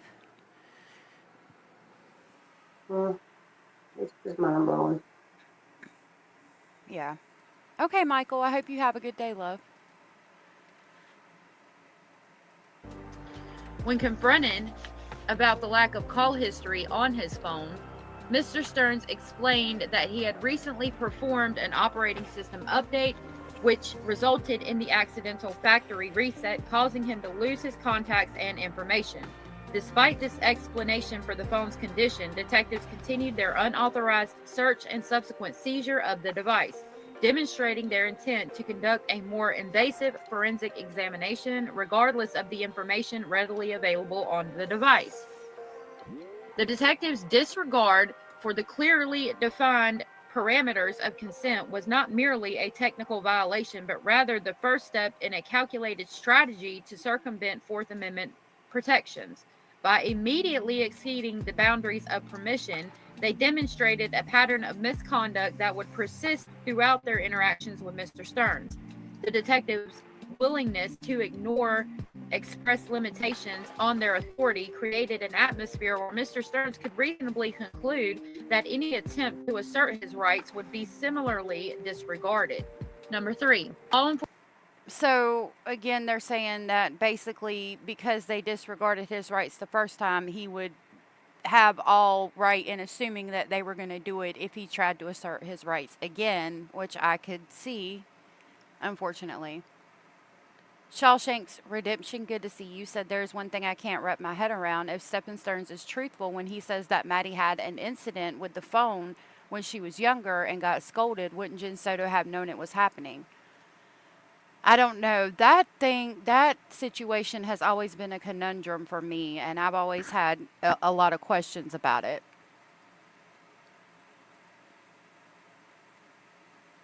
I think so, but I don't know. From what I understand, because he only has a criminal record where he's had a couple traffic violations, he can't, he doesn't have, he's not facing the death penalty in the CSAM charge because he doesn't have any kind of felonious or charges on his criminal record. They're only traffic violations. enforcement's tactics demonstrated coercion when detectives seized Mr. Stearns' cell phone. Following the unauthorized search, Detective Tangler unilaterally announced, quote, "I am going to hold on to your phone," unquote, and refused to return it until the investigation concluded. At no point did law enforcement request permission for this seizure, nor did they clarify Mr. Stearns' rights to object. Her declaration, coupled with her earlier disregard for the boundaries of consent, left no doubt that law enforcement would exert complete dominion over the device, irrespective of Mr. Stearns' wishes. This violation of established boundaries stripped Mr. Stearns of his legitimate expectation of privacy and tainted any subsequent interactions. Law enforcement's actions must be understood within the broader context of coercion, as outlined in Sheckencloth versus Bustamante, which emphasizes that voluntariness must be examined on a totality of circumstances basis. Here, the detectives' overreach in expanding the scope of consent, coupled with their refusal to return the phone and threats to obtain a warrant, aligns closely with judicial principles recognizing the invalidity of consent obtained through pressure or implied authority. Hey, Bazard, how are you? I'm good, ladies. How are you doing today? Good. That is I'm doing awesome. good. Hey, yeah, just caught this in a few seconds ago. Just want to pop up for a little bit, but Okay. I, at this point, I'm at the mindset where it's like, even okay, let's say the judge allows this motion for the defense that goes through. Is it a big loss? It is, but I mean, in my mindset, even if he gets away, let's say with this part of it, when it relates to Maddie, he can still get found guilty on the CSAM stuff, and also when they have the murder trial, he can still, I mean, he's going to be found guilty for that too. But I mean, I'm at the point where it's like one way or another, he's going to get his due desserts. It's just, does it go with, do we want it to where he gets the death penalty and he's going to deal with death row, or he still gets found guilty, goes through the process of the sentencing, and then let's just say someone in the prison system takes care of him. I mean, in my mindset, I might say indifferent, but it's just more like he's going to get his due desserts. It just depends on how, I guess. Oh, yeah. Yeah, I I'm mean, not fixated on the death penalty either. I'm not going to fixate on it because you're right. He's going to get his just desserts. Mm-hmm. yeah. I don't know how the CSAM trial would progress without all the evidence, though. But yeah, I mean, he'll be in protective custody, but I mean, karma's a bitch. It'll get him back in the end. Mm-hmm. Yeah. So that's kind of where I'm But at it. then, I'm really upset because I just am concerned about the evidence for the CSAM trial. Mm-hmm. well, keep in mind now, just because you're a registered sex offender or you've been convicted of a crime of a sex crime does not mean you're going to be put in protective custody. There's facilities all over the United States that puts them right back in general population because in a penal facility, their jackets are supposed to be confidential and protected unless something is leaked and puts them in a situation to where they have to be placed in there. So there's no guarantee he's going to be a PC inmate. Oh, I didn't know that. That's interesting, and gives me some hope. So, because where the state that I'm in, there's registered sex offenders that are in general population across their state facilities. I know this for a fact, but I couldn't, you're under certain positions under the penal code, you can't tell other inmates what other inmates are in there for. That's a big no-no. It happens, and it happens often, but you Yeah, can't I do saw it. that under your oath that you take. So there's no guarantee that he's going to be locked down 23/7. That's interesting. I didn't know that they couldn't read your charges. I saw it. Mm-mm. I saw the CO when I got in trouble, and this girl was in there for being a lady of the night, and this CO that was always a bitch came in there, and she was like, "Hey, girl." She was like, "So you're in here on charges for being a lady of the night," and like in front of everybody while we were in line for trays. And she said, "Yeah." And she said, "Oh, well, if that thing is so good, then why hasn't any of your Johns come to bail you out yet?" And I was like, Well, wow, that's so fucked up. Like, she was just a bitch in yeah, general. yeah. You don't do that. You've got to uphold. You're supposed to uphold a level of integrity for everybody, not just for that. Now, I'm not saying I'm a pedo simp. I'm not saying that at all. But what I am Right. saying is, when you work in that environment, there's a line there that you're not supposed to cross. Yeah. It was ridiculous. So I didn't know that they couldn't read your charges out because I had seen that and I was like, well, I guess they can just read your charges. That's great.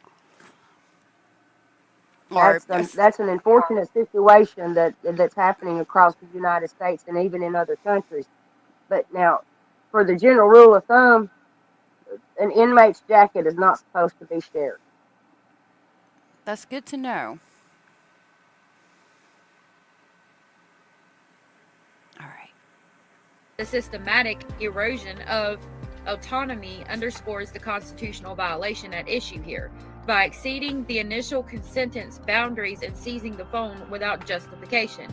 The detectives made it unambiguously clear that Mr. Stearns expressed boundaries and concerns were meaningless in their pursuit of unfettered access to his cell phone. This conduct again allies with judicial principles articulated in Sheckencloth versus Bustamante, emphasizing that voluntariness requires a free and unconstrained decision-making process. The detectives' actions, marked by overreach and unilateral authority, directly contravened these principles, creating an environment where any perceived consent was the product of coercion rather than informed agreement. When Mr. Stearns voiced concerns about his inability to communicate with his father, detectives dismissed these objections. Their dismissive response, implying that alternative arguments could suffice, trivialized Mr. Stearns' valid concerns and reinforced a sense of helplessness and demonstrated the detectives' complete control over the situation. Their actions made clear that Mr. Stearns had no real choice but to acquiesce to their authority, as they had already shown that they would exercise dominion over his property regardless of his wishes or rights. Such coercive conditions align with the principle that mere submission to authority cannot constitute valid consent. They cite Bumper versus North Carolina from 1968. Here, the detectives' disregard for Mr. Stearns' objections and failure to articulate clear boundaries amounted to a systematic imposition of their authority. These tactics eroded any semblance of voluntariness, leaving Mr. Stearns in a state compliance was perceived as his only viable option. The totality of circumstances shows that Mr. Stearns' actions constituted mere acquiescence to an overwhelming display of police authority rather than a product of free and voluntary choice. So again, they bullied him into handing his phone over. Not, let's just, forget the fact that he thought he factory reset everything and that's actually why he handed it over. No. The law enforcement bullied him per the defense's motion. Number 4, law enforcement's coercion reached its peak with the midnight download request. Finally, detectives compounded their misconduct by employing the type of inherently coercive tactics explicitly condemned by Florida courts and Butler, by suggesting that if the defendant did not, quote, voluntarily, unquote, consent to a complete forensic download of his cell phone, they would simply obtain a warrant. They cite Butler versus State from 1997. The Second District has made clear that such implied threats to obtain a warrant invalidate purported voluntary consent. Rather than simply obtaining a warrant for the cell phone itself or its contents, which according to Riley versus California can be accomplished electronically in, quote, less than 15 minutes, unquote, detectives chose to orchestrate a coercive late-night confrontation to pressure Mr. Stearns into consenting to a phone download at approximately 1:30 a.m. This choice is particularly erroneous given that Ninth Judicial Circuit Administrative Order 78411 has long established a clear protocol in the Ninth Circuit for obtaining emergency warrants at any hour. For nearly 40 years, this circuit has maintained an emergency duty judge system specifically designed to handle after-hours warrants and other emergency matters. And if they had done that, this would be a completely different situation. I mean, I have to agree with that. And it sucks. I agree with that too, because they should have had that warrant in hand whenever they pulled him into that interrogation ring, so their butts would have been covered. Yeah, I mean, they could have seen, I think this was when they were standing outside in front of the house, but once they knew, in my opinion, once they knew that he was not where he said he was on the traffic cameras, and even confronted him with that or asked to see the phone and saw that he wasn't logged in, they should have watched him and maybe set it on the car or something and got a warrant real quick and then said, I have a warrant for your phone, and got it that way instead of, the availability of a warrant after hours, like they're saying, has been available for over 40 years. They should have used it. We would not be looking at this right now if they had.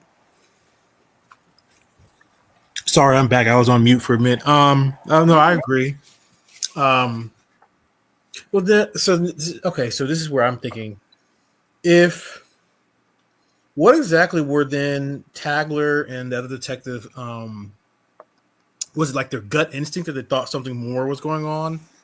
Because it's almost like, yeah, you're right. They could have just waited for a bit and got the warrant. Because even if he did do what he did, they still would have found out with the forensic technology to find out that he had the CSAM stuff on his phone and his hard drive. But I guess, is it that they had a gut instinct that something more was going on They beforehand?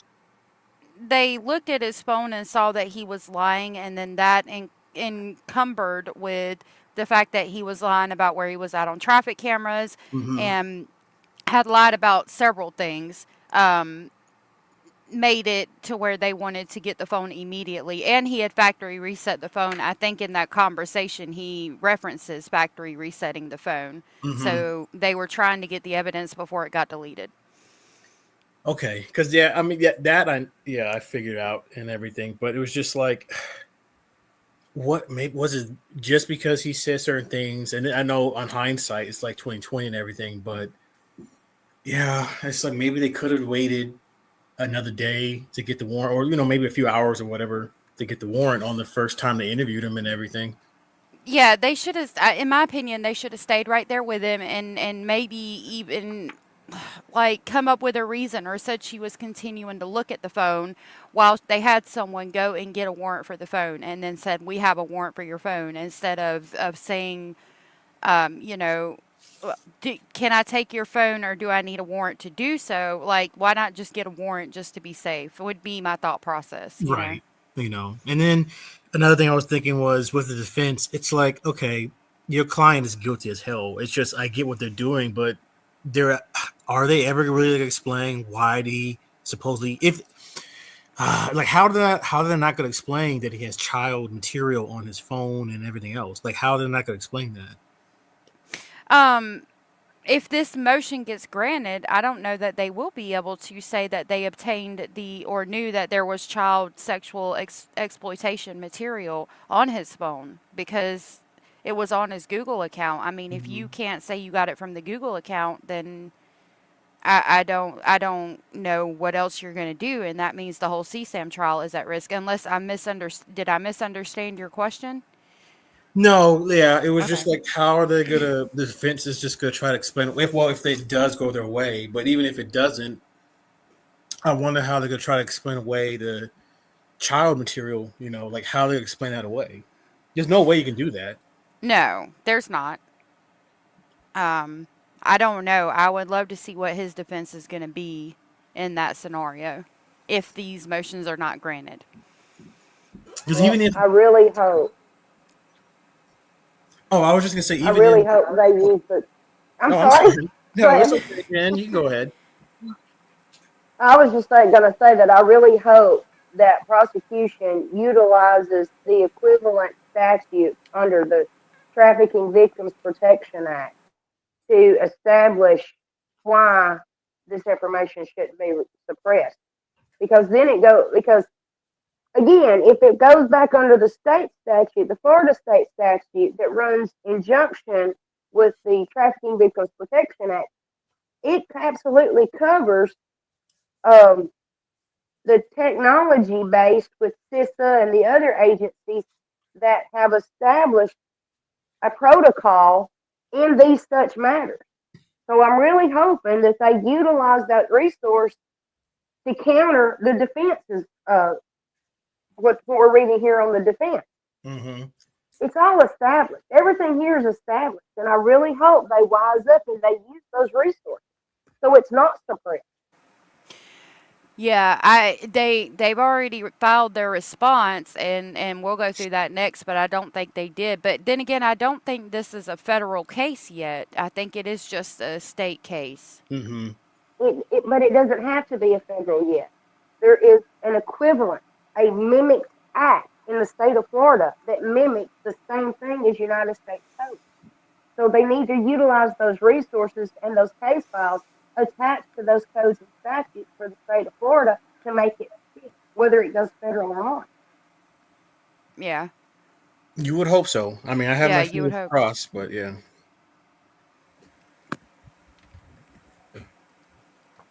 a judge available 24/7 to review and sign warrants. Despite this well-established system and the ready availability of an emergency duty judge at 1:30 a.m., the detectives deliberately chose not to utilize this resource. The detectives' calculated choice to avoid these readily available warrant procedures in favor of extracting, quote, consent, unquote, through coercive tactics at midnight demonstrates this was not about investigative necessity, but rather a deliberate strategy to circumvent constitutional requirements. Stop it. Stop it. This intentional avoidance of available judicial oversight is precisely the type of conduct that the Fourth Amendment's warrant requirement was designed to prevent. By this point, at this incredibly late hour, detectives had established a clear pattern. They had disregarded the limitations of Mr. Stern's consent, retained unauthorized physical control of his phone, and dismissed his attempts to assert his rights. During this interaction, Detective Tangler presented Mr. Stearns with a Hobson's choice, stating, quote, "You can consent to the download now or we'll just get a warrant," unquote. A tactic. That's not what she said. She said, do I have your permission to take your phone, or do I need to get a warrant? Now, a cop is not going to go up to every person and say, hey, I have a feeling that you just I have a feeling that you just bought drugs from the dude up the street. So can I have your phone, or do I need to get a warrant? By the way, you can say to me that I need to get a warrant, and I'll have to wait and get a warrant, and that'll give you more time with your phone so you can delete evidence. Like, that's not going to happen. That's never happened that I'm aware of. And it's just ridiculous to try to make that be a thing. If he was smart, well, this is coming from Stinky and everything, but if he was smart enough, he could have just done that. Yeah, it would have looked bad. I mean, already anyway, but he could have been like, well, I want a warrant. And then if he was smart, which he's not, then he would have had maybe a little bit of time to. I always kind of thought that he was trying to run away anyway. That's my feeling, that he was going to try to flee eventually. But, they found Maddie's body so soon, and then everything else went down the way it did. But, I mean, I don't know. I just feel like if I was in a situation, not like that, but just a criminal act, I would have been like, no, just get a warrant. And then I just do whatever I do to try to illegally try to get away with the crime, I guess. But yeah, I'll be honest with you. If they had asked me and I had information on my phone I didn't want them to see, I would tell them to get a warrant, especially if they had just hit me with, well, you weren't where you were supposed to be at per the traffic cameras. They already knew I was lying. Yeah, I'm going to tell you to get a warrant. And I'm going to try to get rid of evidence while we wait for you to get a warrant. That's just, if you were a smart criminal, Yeah. Doing the air quote, a real smart criminal, yeah, that would have made a lot more sense, but not with Stinky, not with him. Barb said, I hate when I wake up and Jen Soto isn't arrested. Me too. Oh, same. I don't know, bad girl. I don't know. It's a good question.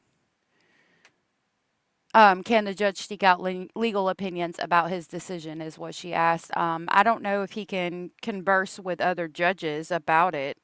I would assume so, but do what? Yes, he can, and he can also yes, he can, and he has the discretion of the Attorney General. But I think the general rule of thumb on that falls under the state of Florida Sunshine Law, even with judicial matters, that if he has a meeting in that capacity, that all the attorneys that need to be present as well.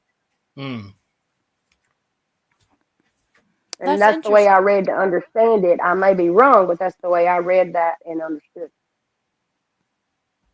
That's interesting. Thank you for sharing that, Jen. Designed to create the illusion of choice while pressuring him into compliance.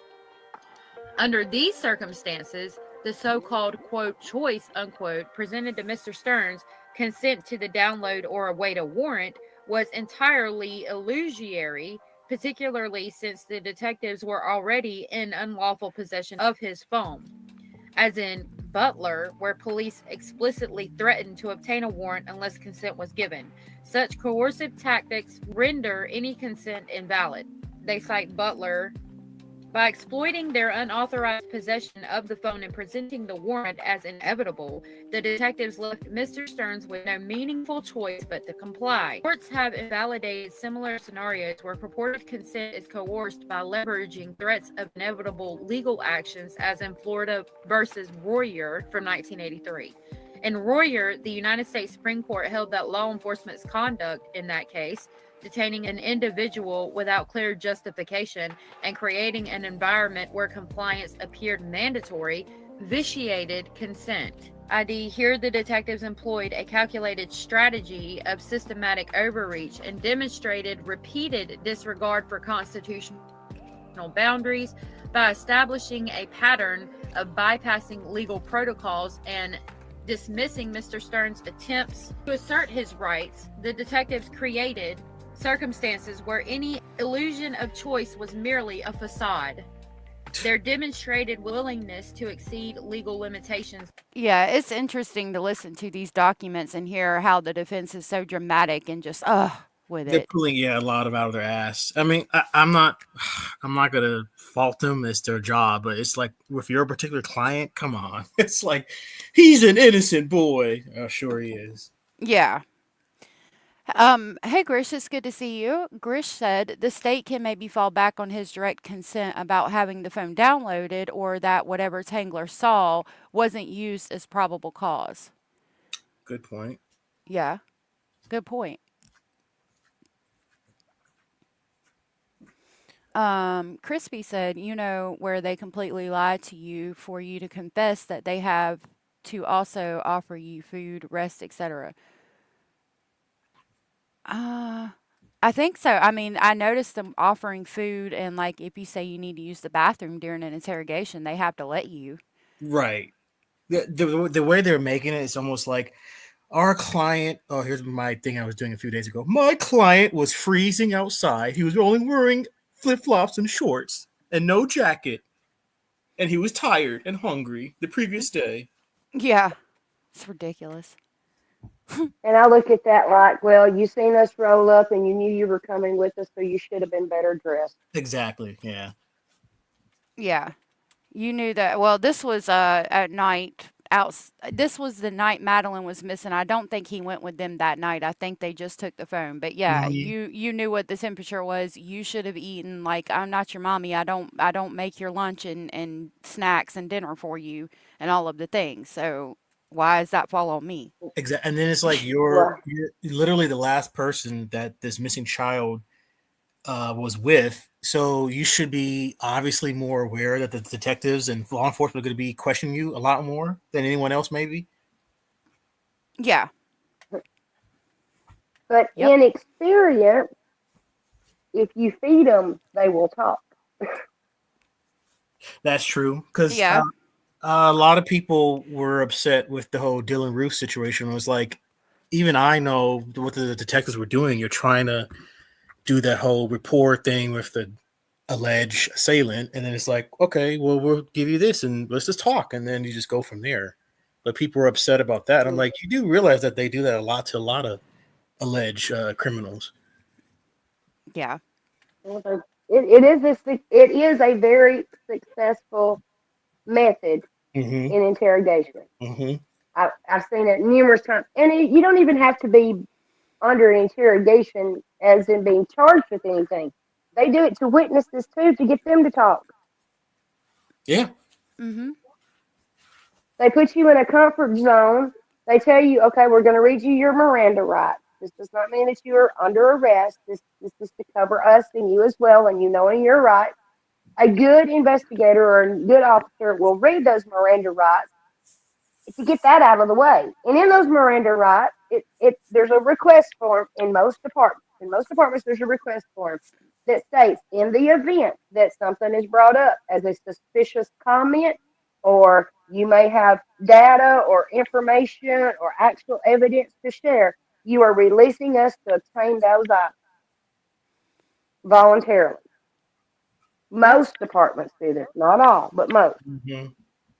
Well, and So again, you can't say this jackass did not know his rights, because if he knew his rights and you get away with all this mess so long, he knew what his rights were whenever they called him. Yeah, I mean, and I wonder if this would have been different if we had on recording that they read him his Miranda rights. I don't think any of this would apply. Interesting point. Yeah. Hey, Cracker Jacks. Cracker Jack says that's because Steppen Stearns is a big effing baby. He's Right. going to be drama all the way, including the TBI that never required overnight neurological observations Oh from a God. hospital. Mm. Well, you look at all the chamos throughout history with that have after they've been convicted and sentenced, and they're doing those interviews within the facility with all these big news reporters. They've got the same personality and demeanor. It's poor pitiful me. Yeah, Look, have pity on me. I was done this way as a kid. That's why I did what I did, and now I'm having to deal with this. They've all got the same profile, every one of them. There are yep. very few that I have ever met or encountered that did not have that profile. And when I say very few, I can count them on one hand. Yeah, I And can't that's stand that because shit. they were possessed. Either they were demon possessed or they were so chemically fried that they didn't give one care one way or the other. Yeah, that shit irritates me because everybody's been through some shit, every single one of us. So I can't stand that stuff. Boomer said he's just playing the victim role, and I agree. Left Mr. Stearns with no meaningful opportunity to protect his privacy interest regarding his subsequent acquiescence involuntarily under established Fourth Amendment principles. 5.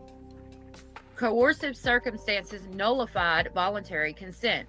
Critically, the detective's failure to acknowledge or remedy their earlier misconduct underscores the invalidity of the midnight request.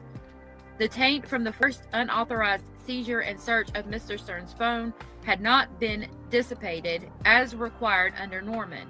The detective's explicit mention of a potential warrant without advising Mr. Stearns of his right to refuse consent further cemented the coerced nature of the interaction as noted in Butler. By disregarding the limits of Mr. Stearns' initial consent and seizing his phone without proper authorization, that created an environment where their access to the phone's data appeared inevitable. As the Florida Supreme Court held in Montes Velatin versus State, where there is an illegal detention or other illegal conduct by police, quote, consent will be found voluntary only if there is clear and convincing evidence that the consent was not a product of the illegal police action, unquote. They cite Montes Velatin versus State, again from 2017. No such evidence exists here, where the detectives' coercive tactics flowed directly from their pattern of misconduct, exceeding the scope of initial consent by conducting an unauthorized search of the phone's contents, unilaterally seizing and retaining the phone without legal authority, exploiting information improperly obtained during that unauthorized search to pressure Mr. Stearns, and then leveraging their wrongful possession of the phone in the middle of the night to extract, quote, consent, unquote, for a complete download. The Fourth Amendment's protections hinge on ensuing that content is, quote, the product of an essentially free and unconstrained choice, unquote.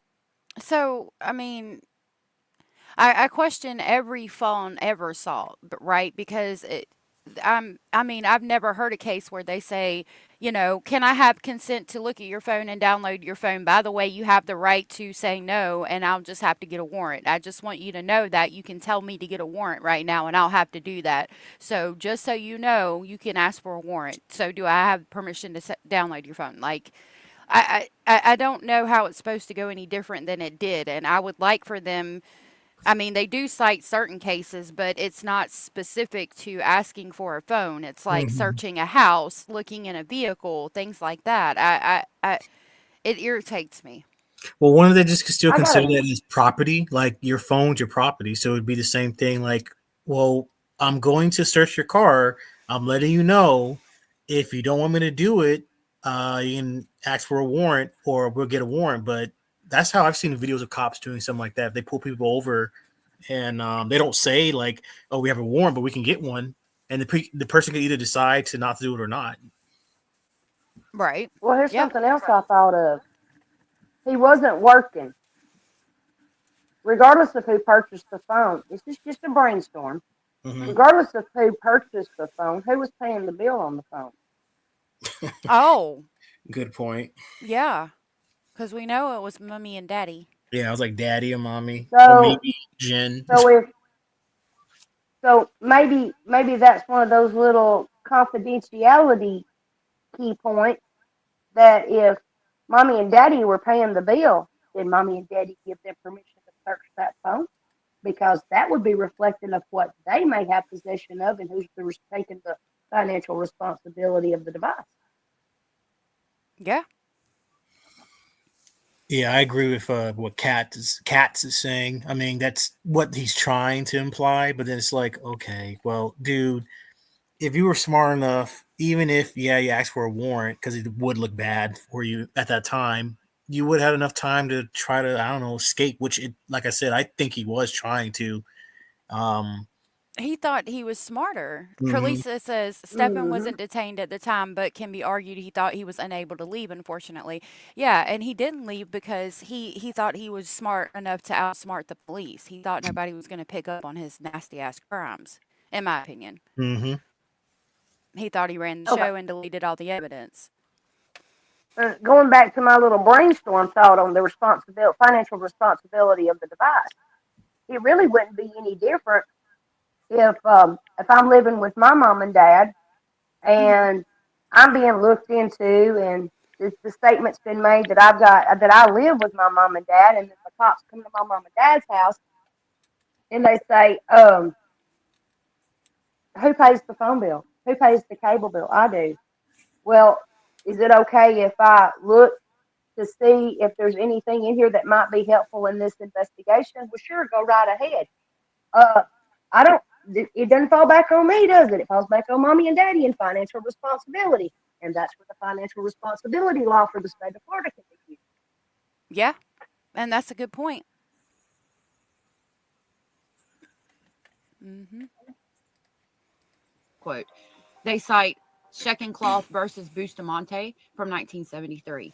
Here, the totality of circumstances established by Ramirez Chile and Sheckencloth overwhelmingly demonstrates that Mr. Stern's purported consent was anything but voluntary.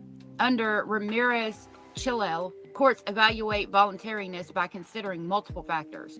First, the timing and location of the interaction underscore its inherently coercive nature.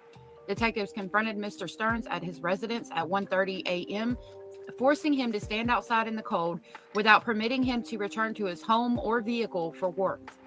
The interaction, which could have easily been conducted during normal business hours, was entirely unnecessary, particularly given that law enforcement already knew the phone had been factory reset and that no exigency existed. Second, the intimidating presence of multiple detectives further compounded the coercive atmosphere. By stationing several officers at the scene and refusing to provide Mr. Stearns with basic comforts, law enforcement created an environment designed to overbear his will. Third, the detective's conduct and language displayed a dismissive disregard for Mr. Stearns' objections and concerns. Despite his expressed need to communicate with his father and his clear attempts to limit the scope of their access, the detectives instead exploited the situation. Their use Yeah, her dramatics is just completely uncalled for. He couldn't get daddy to get on the phone. Yeah. But never mind, he did. He did get Daddy on the phone because they got a hotel afterwards, and Daddy gave him another phone. Like, I'm going to need you to stop it. And then he 100%. factory reset that phone too. So it's like, oh my gosh, I don't know what was going on. I wasn't paying attention. I did it again. You know, I didn't even think about that, but he absolutely he did. Hold on. Yes, he did.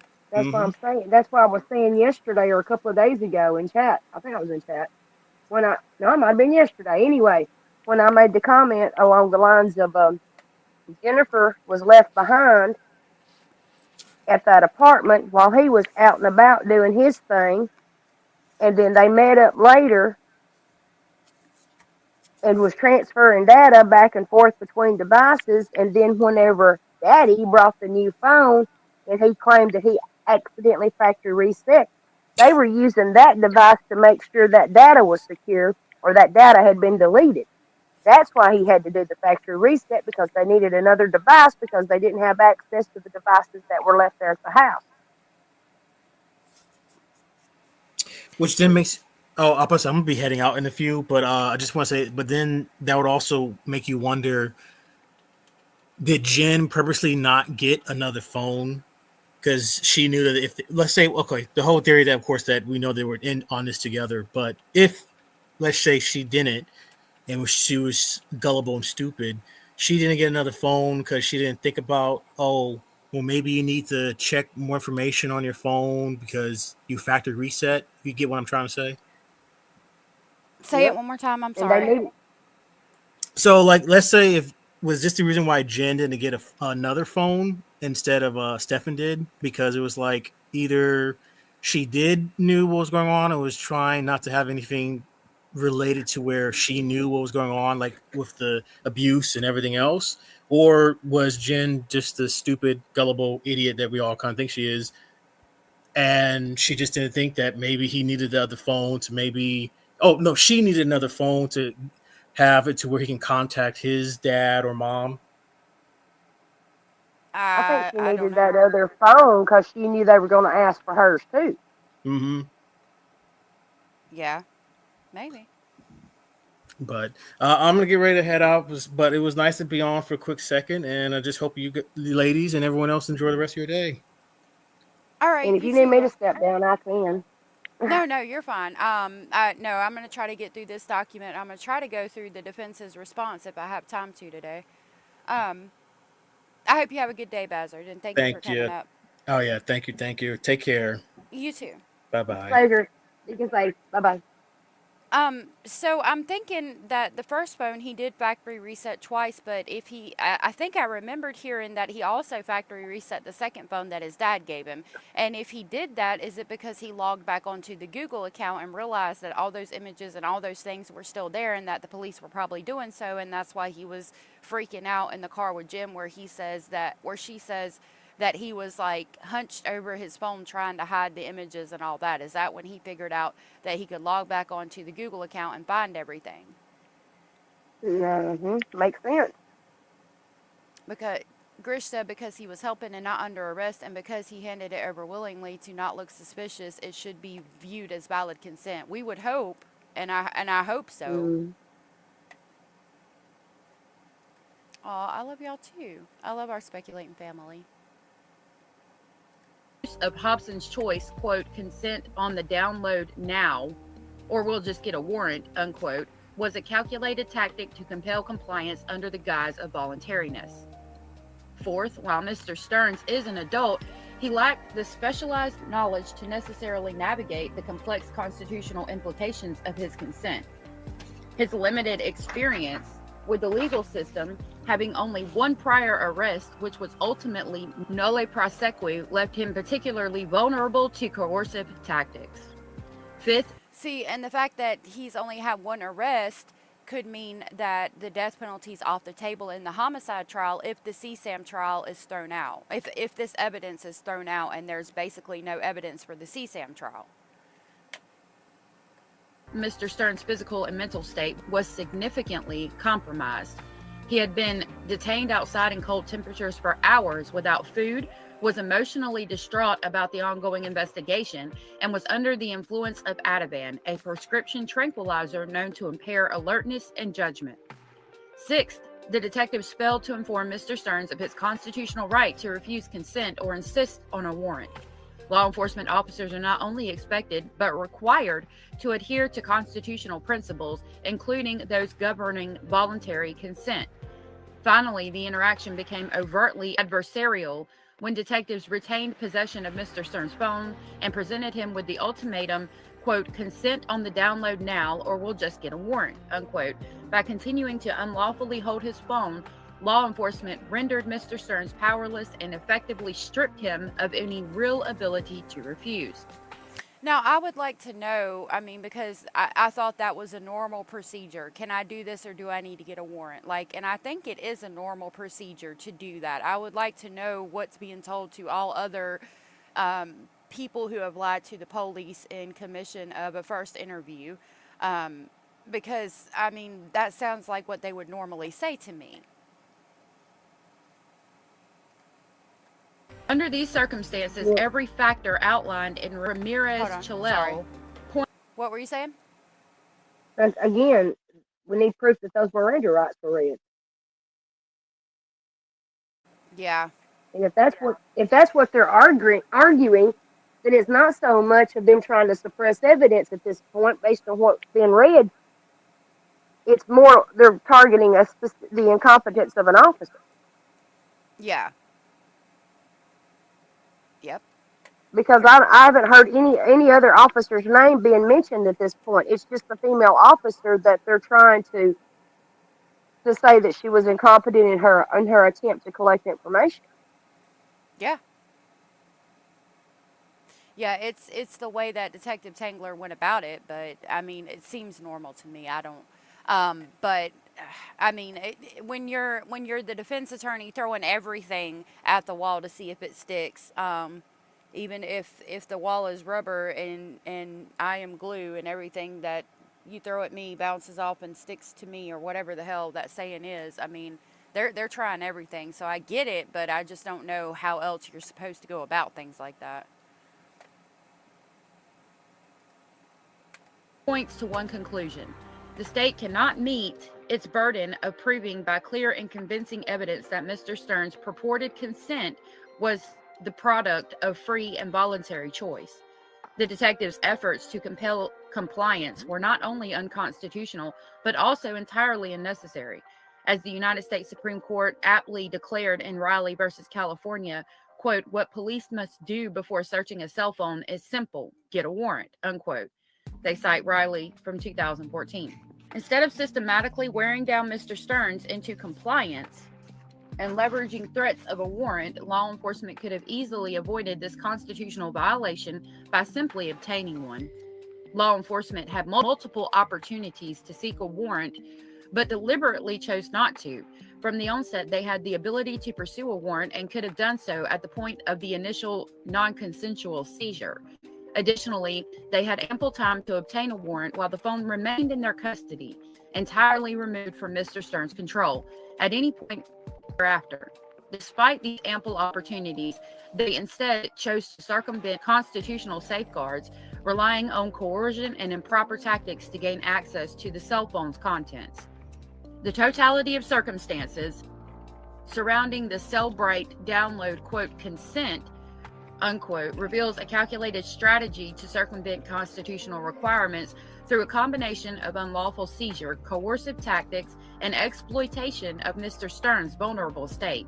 The 9.5-hour warrantless seizure, the orchestrated midnight confrontation while Mr. Stearns was impaired by Ativan and subjected to physical discomfort, the ultimatum about obtaining a warrant, and the deliberate avoidance of available warrant procedures all demonstrate that any, quote, consent, unquote, was the product of coercion rather than free choice.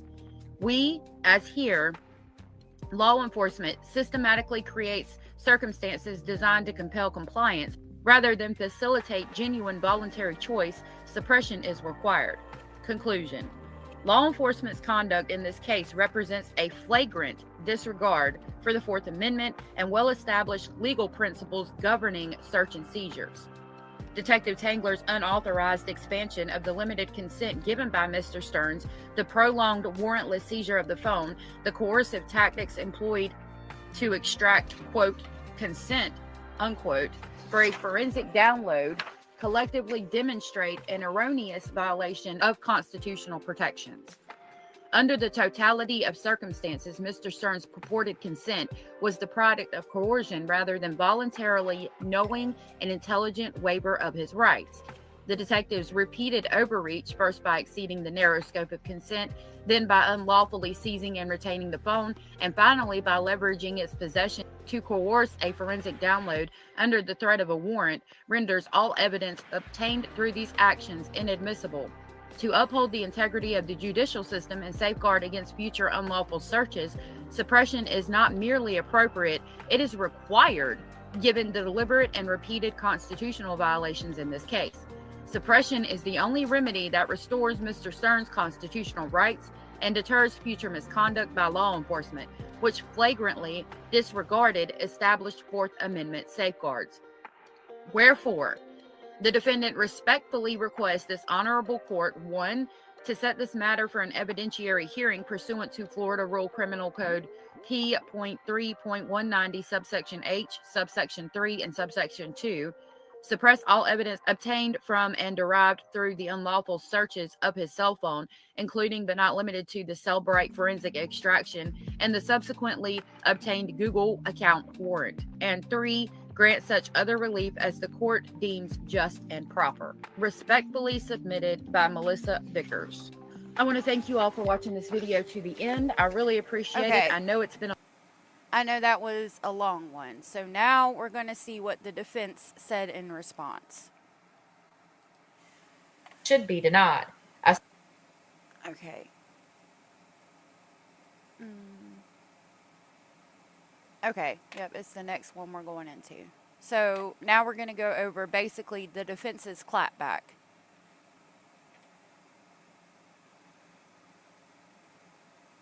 I certify that a copy has been delivered. All right, and we've got one more. This is the state of Florida's plaintiff versus Stephen Michael Stearns, the defendant. It is the state's response to defendant's motion to suppress evidence obtained from Google search warrant. Comes now the state of Florida by and through the undersigned assistant state attorney and hereby states as follows. Procedural history. The defendant was arrested pursuant to an arrest warrant in the above styled case on February 29th, 2024.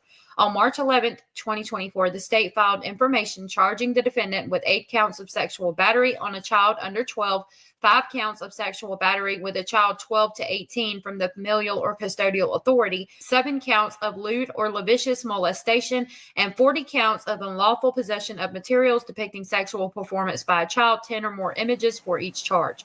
And that's what's at stake, again, if these motions are passed. The state provided discovery to the defense on March 20th, 2024, and discovery has been ongoing. On February 6th, 2025, the defense filed defendant's motion to suppress evidence obtained from Google search warrant. The motion alleged violations of the Fourth Amendment to the United States Constitution, Article 1, Section 12 of the Florida Constitution. Again, statement of facts. On February 26, 2024, 13-year-old Madeline is reported missing to the Orange County Sheriff's Office by her family. The family contacted law enforcement at approximately 4:30 p.m.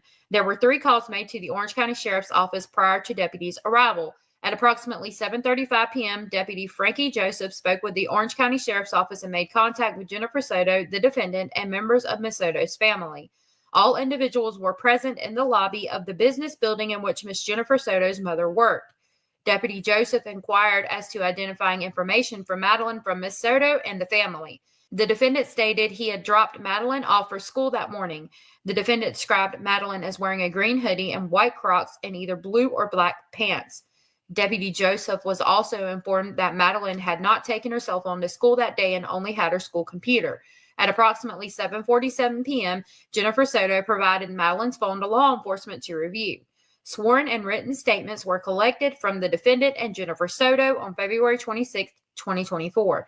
The defendant's sworn written statement stated as follows, quote, dropped off about a block or so from school sometime between 8:25 and 8:40, turned around and headed back towards town. I watched in my rearview mirror as she made her way in the direction of the school. She was busy searching through her book bag for something, but seemed to still be moving towards the school. So I carried on with my day. I stopped by a nearby vape shop, but it was closed, so I went home and left about an hour or so later to check the shop again.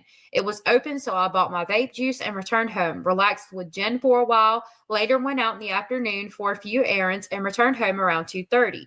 Jennifer's written statement states as follows, quote, today around 8 a.m., I saw Madeline getting ready for school. I'm not sure what time they departed. Stephen Stearns took her to school and dropped her off close to the school on Town Loop Boulevard between Town Center Boulevard and Hunters Park Lane around 8:30 to 8:45 a.m. She never made it to school. I went to school around 4 p.m. to pick her up and she never came out. I searched the area and went to my mother's office to look for Madeline but could not find her. At approximately 9:05 p.m., accompanied by law enforcement, the defendant drove his vehicle to the area he claimed to have dropped Madeline off at. The defendant stopped in the middle of the roadway, got out of his vehicle. The defendant claimed they were standing in the area in which he had last seen Madeline. At that time, law enforcement provided the defendant with Madeline's cell phone. Deputy Joseph made contact with the church in that area and went through video surveillance. At approximately 12:30 a.m., Officer Clark arrived at the home of Jennifer Soto and is greeted by Miss Soto and the defendant. Law enforcement was actively searching for Madeline, unsuccessful. By all accounts, the defendant was the last person to have seen Madeline on February 26, 2024. On February 27, 2024, at approximately 12 p.m., Detective Hunt with the Orange County Sheriff's Office conducted an audio-recorded interview with the defendant. Detective Hunt swore the defendant in prior to asking him questions. The defendant reiterated that the last time he saw Madeline was when he dropped her off for school the day prior. During the interview, the defendant told Detective Hunt that he did not recall the exact time of the drop-off because, quote, he left his phone at home, unquote. It was also during this interview that the defendant stated that Madeline slept alone with him in the upstairs bedroom, so, quote, Jen could get better sleep, unquote. The defendant also told Detective Hunt that Madeline's phone was at the residence when they left for school. At approximately 7:16 p.m., an audio-recorded interview with the defendant is conducted by Detective Tangler and Acosta. The interview occurred at the residence. The defendant was not in handcuffs and was free to leave. There were two plainclothes detectives conducting the interview of the defendant. The defendant stated that, The fact that they're in plain clothes too, it would be less threatening. Like, maybe I could understand her asking you that in that way, having a firearm on her hip and pepper spray and handcuffs and all of the things. But that comes into play too, and I do remember them talking about that in court yesterday. And tomorrow we'll talk about, the last document and the court, what they said in court. But that seems less coercive. Like, he was free to leave, and they were in plain clothes. Go back to the swore him in before proceeding with questions. How far back was it? It's just a few lines. Okay. I missed it. I was listening, but I didn't catch everything. We're at 51:56, so we'll go to 51:16. You read it where the officer, somewhere along the lines of swore him in. Yeah. Conducted audio-recorded interview. Oh, yeah. Detective Hunt swore the defendant in prior to asking him questions. There you go. There's your dinger. Yep. Yep, so that makes me feel better about it then. That's good. I'm glad you pointed that out.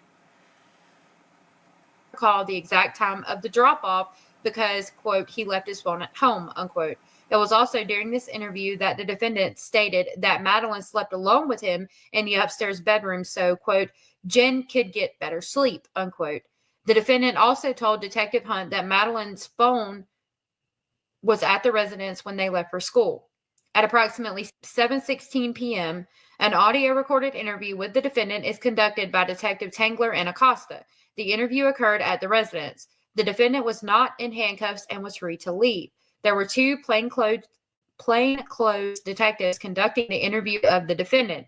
The defendant stated that he and Madeline left between 7:30 and 7:45 a.m. The defendant again reiterated that he dropped Madeline off up the road from the school on the day prior. The defendant detailed their route on the way to drop her off. The defendant indicated he tried to go to the McDonald's near Hunters Creek Middle School. However, he did not stop at the McDonald's. The defendant estimated he dropped Madeline off at approximately 8:20. At approximately 7:37 p.m., after the defendant detailed all of this information, the following exchange occurred between Detective Tangler and the defendant. She said, "Do you mind if I look at your maps real quick?" He said, "Yeah, that's fine." She said, "Thanks." The defendant unlocked his phone and handed it to Detective Tangler. There's some more clarification with Detective Acosta on the route the defendant took to the school and the location he claimed to have dropped Madeline off. Detective Tangler had the following conversation with the defendant. She said, "Do you mind if I just take a picture of your history?" He said, "Yeah, that's fine." The defendant and Detective Acosta discussed what time classes begin at Hunters Creek Middle School. Detective Tangler had the following conversation with the defendant. She said, "What kind of phone is this?" He said, S23 Ultra, I think. She said, "I don't know how to work this thing." He said, "I'm sorry, I barely know how to work it myself." She said, "I'm an iPhone person." He said, "Oh." Detective Tangler said, "Is it okay if I go through your settings real quick? I just want to see if you're logged on to your Google." Steppen said, "I'm not logged on to Google with that, actually." She said, "Is it okay if I check?" He said, "Yeah." There was some... Now she swore him in, and that's going to play a big role, and I hope that's the catch-all be-all.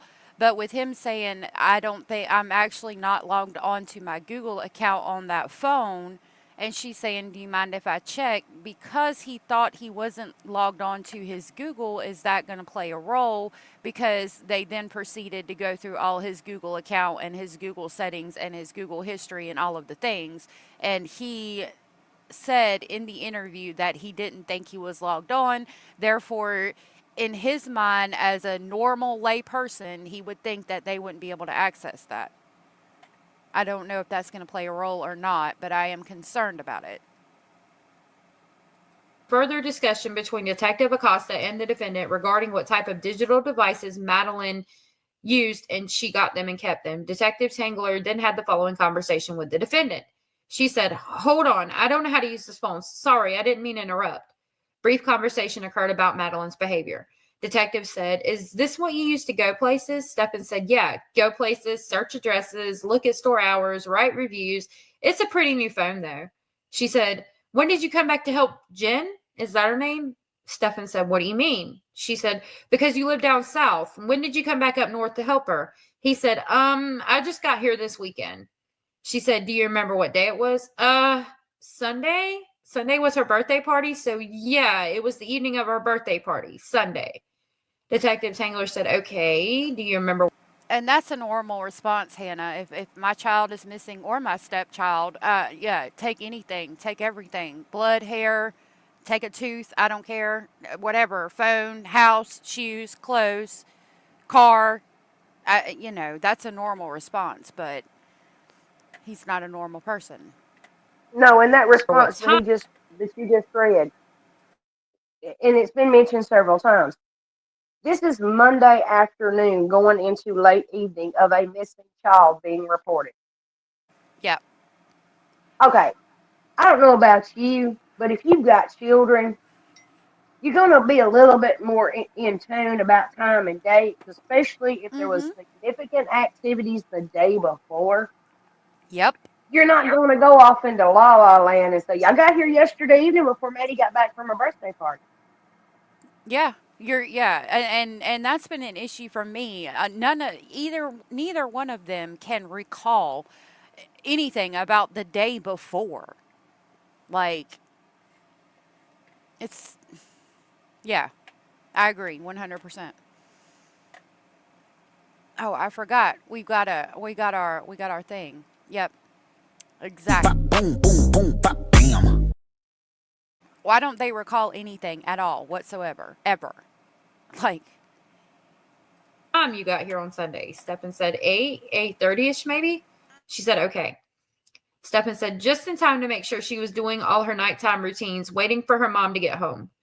She said, "You live in Northport, right?" He said, "Yeah, I split my time between the two places." She said, "Is that on Snug Street?" He said, "Yeah." She said, "That makes sense. You have a lot of Snug Street on here." He said, "Yeah, I split my time between the two." Detective Acosta inquired as to whether the defendant and Jennifer Soto went anywhere to look for Madeline on February 26, 2024. The defendant denied knowing whether they went to look for Madeline because he had taken an Ativan the night before because he had been worried. Detective Acosta then went through the details of the directions from the route that the defendant claimed to have driven to take Madeline to school. The defendant went through the discussion again, but this time included timeframes. Detective Acosta then indicated that the defendant's vehicle was not where he indicated that he was according to traffic cameras in the area. The defendant then indicated that he went back home because he had forgotten his gate clicker. At 7:53, Detective Tangler handed the defendant his phone back. Immediately after handing the defendant his phone back, Detective Tangler stepped away from the defendant. Detective Acosta stayed with the defendant and they continued speaking. Detective Acosta and the defendant had the following exchange at approximately 7:54 p.m. Detective Acosta said, "How long have you and her mom been together?" Stephen said, 6 years. I've known Madeline since she was 6 years old, so I've been helping raise her for half of her life. She's considered me like a dad, and I loved her as if she was my own. At 7:57, Detective Tangler returned and has the following interaction with the defendant. She said, "Can you unlock this one more time, please?" Stephen said, "Sure." She said, I have a question." He said, "Yep." She said, "Sorry, are you guys done? The other detective mentioned that you did not have your phone yesterday." He said, "Correct." She said, "Tell me about that." He said, "I left my phone home in the morning too. I was so busy riding her or Madeline out the door on time that I left my phone. She left her phone. We both left our phones." Detective Tangler said, "Do you have your phone when you went to the smoke shop?" He said, "Not the first time after I dropped her off. I was still without it. I got my phone and went back to the smoke shop." She said, "Okay." He said, "Later when I got home." She said, "Okay, I also noticed I was checking your call history. I noticed you don't have anything before this morning. Is that usual on your phone?" He said, "No, it's a new phone. Stupid. I went to do an update yesterday morning and I don't know what the fuck, pardon me, I don't know what the heck I did, but somehow during the massive OS update, I managed to factory reset my phone and lose all of my contacts, all of my information." She said, "Uh-huh. What time was that? Do you remember?" He said, "Oh, sometime while I was hanging out with Jen. Jen might know." I looked at her and I said, "Oh, what did I just do?" Detective Tangler said, "Okay." He said, "She might know better. I don't know what time it was. I was here with Jen." Detective Tangler said, "Okay, I don't have any other questions." At approximately 7:59, Detective Tangler advised the defendant that law enforcement was going to hold on to the defendant's phone. The defendant was told he would receive it back, quote, "when we are done," unquote. It was at this point that the defendant's phone was seized by law enforcement pursuant to this investigation. After this interview concluded, the defendant re-entered Jennifer Soto's vehicle and remained in the parking lot of the apartment complex. On February 28th at approximately 12:16 a.m., Detective Tangler and Acosta conduct a second audio recorded interview with the defendant. During the beginning portion of this interview, Detective Tangler advised that law enforcement had been going through Madeline's cell phone and noticed a lot of conversations between her and the defendant. Detective Tangler asked the defendant to advise as to what type of relationship he has with Madeline. The defendant stated she, quote, "thought of me as a dad, thinks of me as a dad," unquote. Less than a minute into the conversation, Detective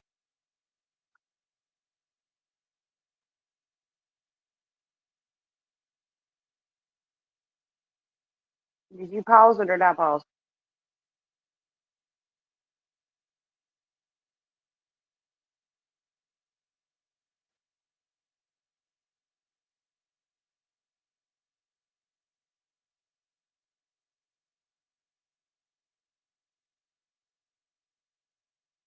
Tangler had the following exchange with the defendant. She said, "Sorry, I don't mean to cut you off. Your phone. I told you I was going to hold on to it and that we would like to download your phone, right?" Stephen said, "Okay."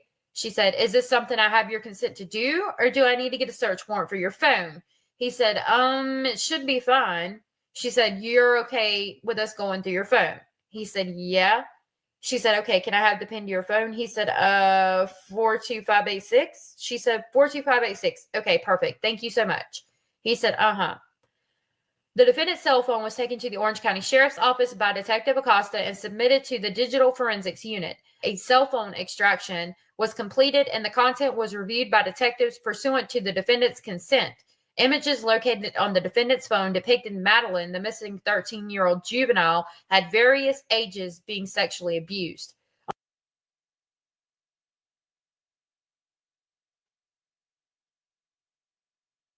Uh, there's the grounds. The information was gotten off of Maddie's phone.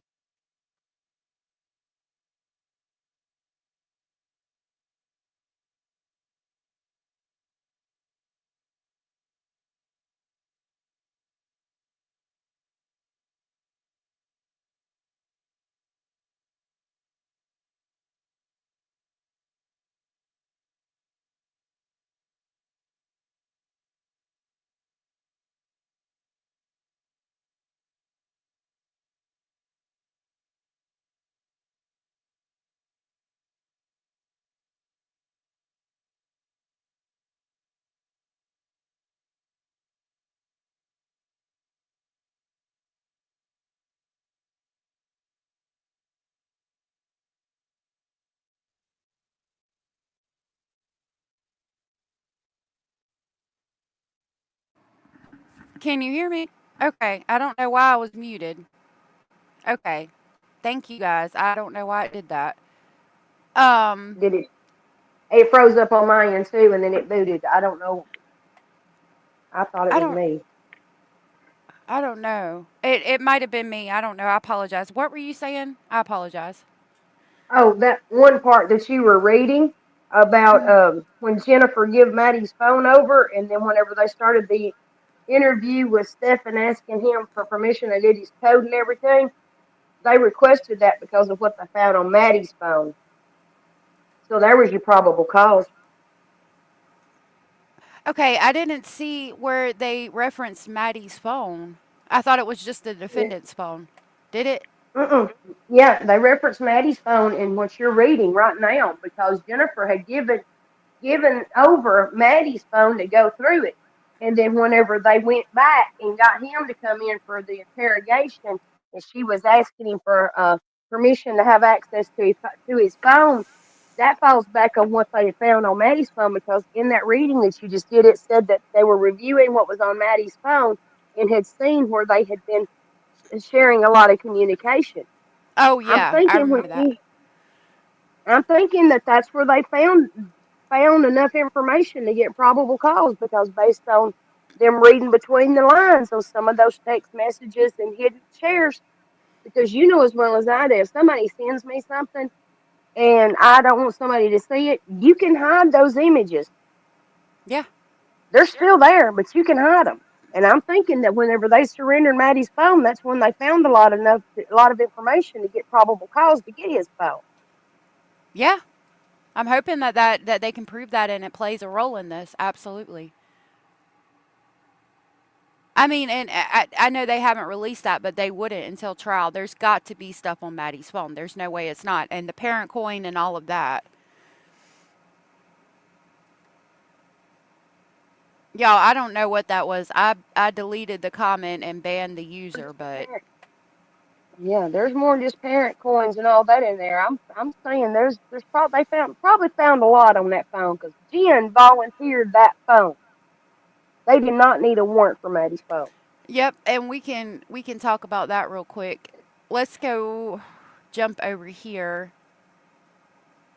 Actually, I'm not going to have enough time to finish this today, so we're going to jump over here and see where they got Maddie's phone and how they asked for it, and then we'll come back tomorrow and finish that. We've Hold talked on. about and everything. Well, I'll see if I have enough time. So I lost my paper, but I believe it was 2049. This is where they get Maddie's phone, and we were talking yesterday about how they obtained Maddie's phone, how they asked for it, and how did that go down, and was it different than how they obtained Stepan's phone? So in this interview, they're going to ask for Maddie's phone, and this is where they get her phone, and so we're going to listen for basically a comparison. So let's talk about that real quick. Last night kind of went through social media a little bit, but if you're okay with it, I'd actually like to take her phone so that I can see if I can get anything else from it.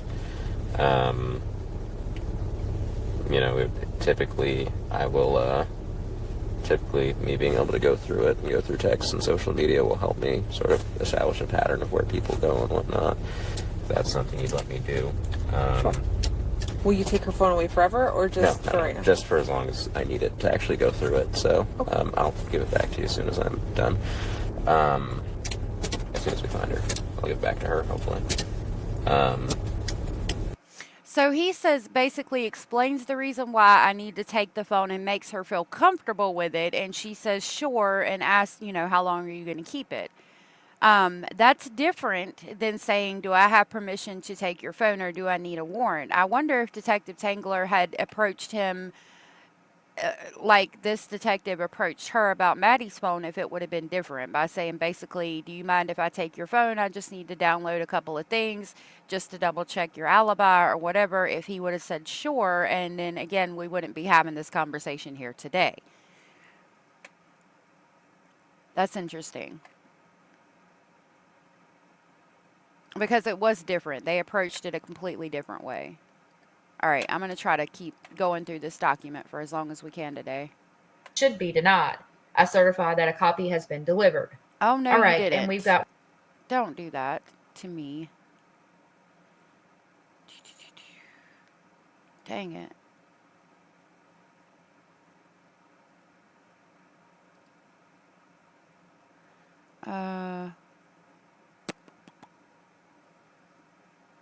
No.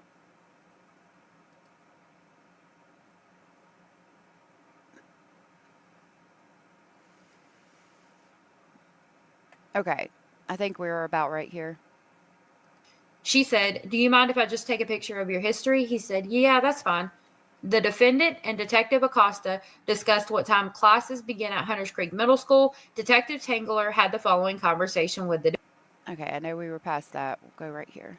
"What do you mean?" She said, "Because you live down south. When did you come back up north to help her?" He said, I just got here this weekend." She said, "Do you remember?" The defendant went through the discussion again, but this time included time frames. Detective Acosta then indicated that the defendant's vehicle was not where he indicated that he was according to traffic cameras in the area. The defendant then indicated that he went back home because he had forgotten his gate clicker. At 7:53, Detective Tangler handed the defendant his phone back. Immediately after handing the defendant his phone back, Detective Tangler stepped away from the defendant. Detective Acosta stayed with the defendant and they continued speaking. Detective Acosta and the defendant had the following exchange at approximately 7:54 p.m. Detective Acosta said, "How long have you and her mom been together?" Stephen said, 6 years. "I've known Madeline since she was 6 years old, so I've been helping raise her for half of her life. She's considered me like a dad, and I loved her as if she was my own." At 7:57, Detective Tangler returned and has the following interaction with the defendant. She said, "Can you unlock this one more time, please?" Stephen said, "Sure." She said, "I have a question." He said, "Yep." She said, "Sorry, are you guys done? The other detective mentioned that you did not have your phone yesterday." He said, "Correct." She said, "Tell me about that." He said, "I left my phone home in the morning too. I was so busy riding her or Madeline out the door on time that I left my phone. She left her phone. We both left our phones." Detective Tangler said, "Do you have your..." That again is weird to me. I know, like riding her ass, but that's weird to me. I think it was a Freudian slip because he didn't include the word like riding her ass to get out the door. Like the context is weird to me.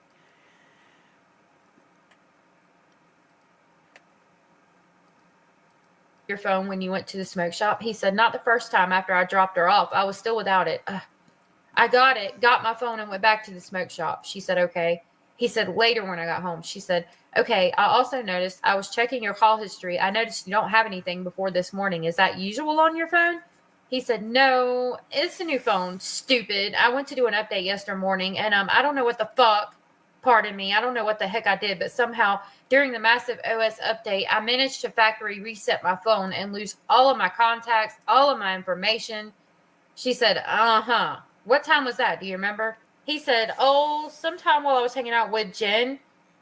Jen Okay. might know." I looked at her and I said, "Oh, what did I just do?" Detective Tangler said, "Okay." He said, "She might know better. I don't know what time it was. I was here with Jen." Detective Tangler said, "Okay, I don't have any other questions." At approximately 7:59, Detective Tangler advised the defendant that law enforcement was going to hold on to the defendant's phone. The defendant was told he would receive it back, quote, "when we are done," unquote. It was at this point that the defendant's phone was seized by law enforcement pursuant to this investigation. After this interview concluded, the defendant re-entered Jennifer Soto's vehicle and remained in the parking lot of the apartment complex. On February 28th at approximately 12:16 a.m., Detective Tangler and Acosta conduct a second audio recorded interview with the defendant. During the beginning portion of this interview, Detective Tangler advised that law enforcement had been going through Madeline's cell phone and noticed a lot of conversations between her and the defendant. Detective Tangler asked the defendant to advise as to what type of relationship he has with Madeline. Now that's what you were just talking about, Jen, and it is weird. And I do wonder what they saw in those text messages to ask him what the relationship was between him and Maddie. They saw something, in my opinion, I think so too. because if they didn't, they wouldn't be asking him questions like that, in my opinion. See, the probable cause has been established. whether they had asked him permission or not. The probable cause at this point has absolutely been established for them to request that device with or without a warrant. Yeah, I hope so. I hope the judge sees it that way.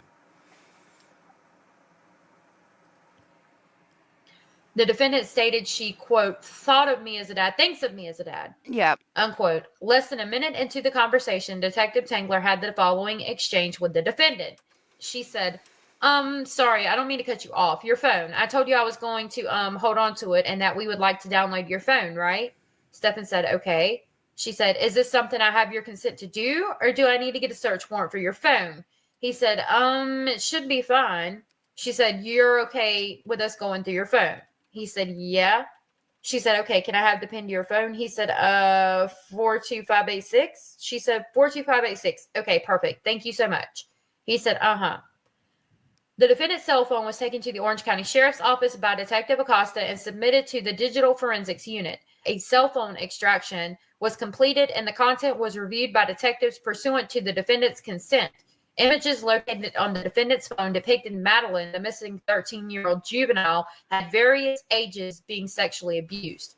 On February 28, 2024, Orange County Sheriff's Office Detective Heller authored an affidavit for search warrant for information contained within the defendant's Google account.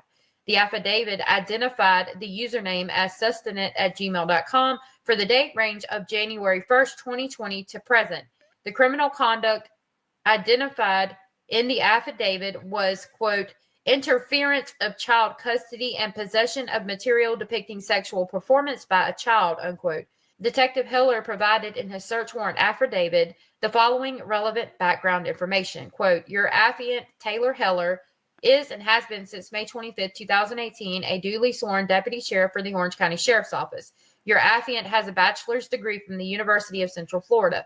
I have successfully attended the Florida Basic Law Enforcement Academy, completed the Orange County Sheriff's Office Basic Recruit Training, and completed the Orange County Sheriff's Office Field Training and Evaluation Program. I am currently assigned to the Sex Crimes Unit and have investigated numerous adult and juvenile sex crimes cases. Completed child sex crimes training.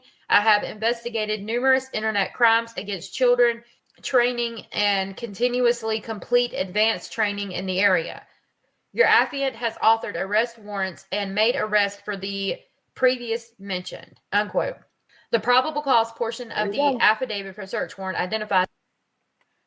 Well, that talks about, his training in order Right. to okay.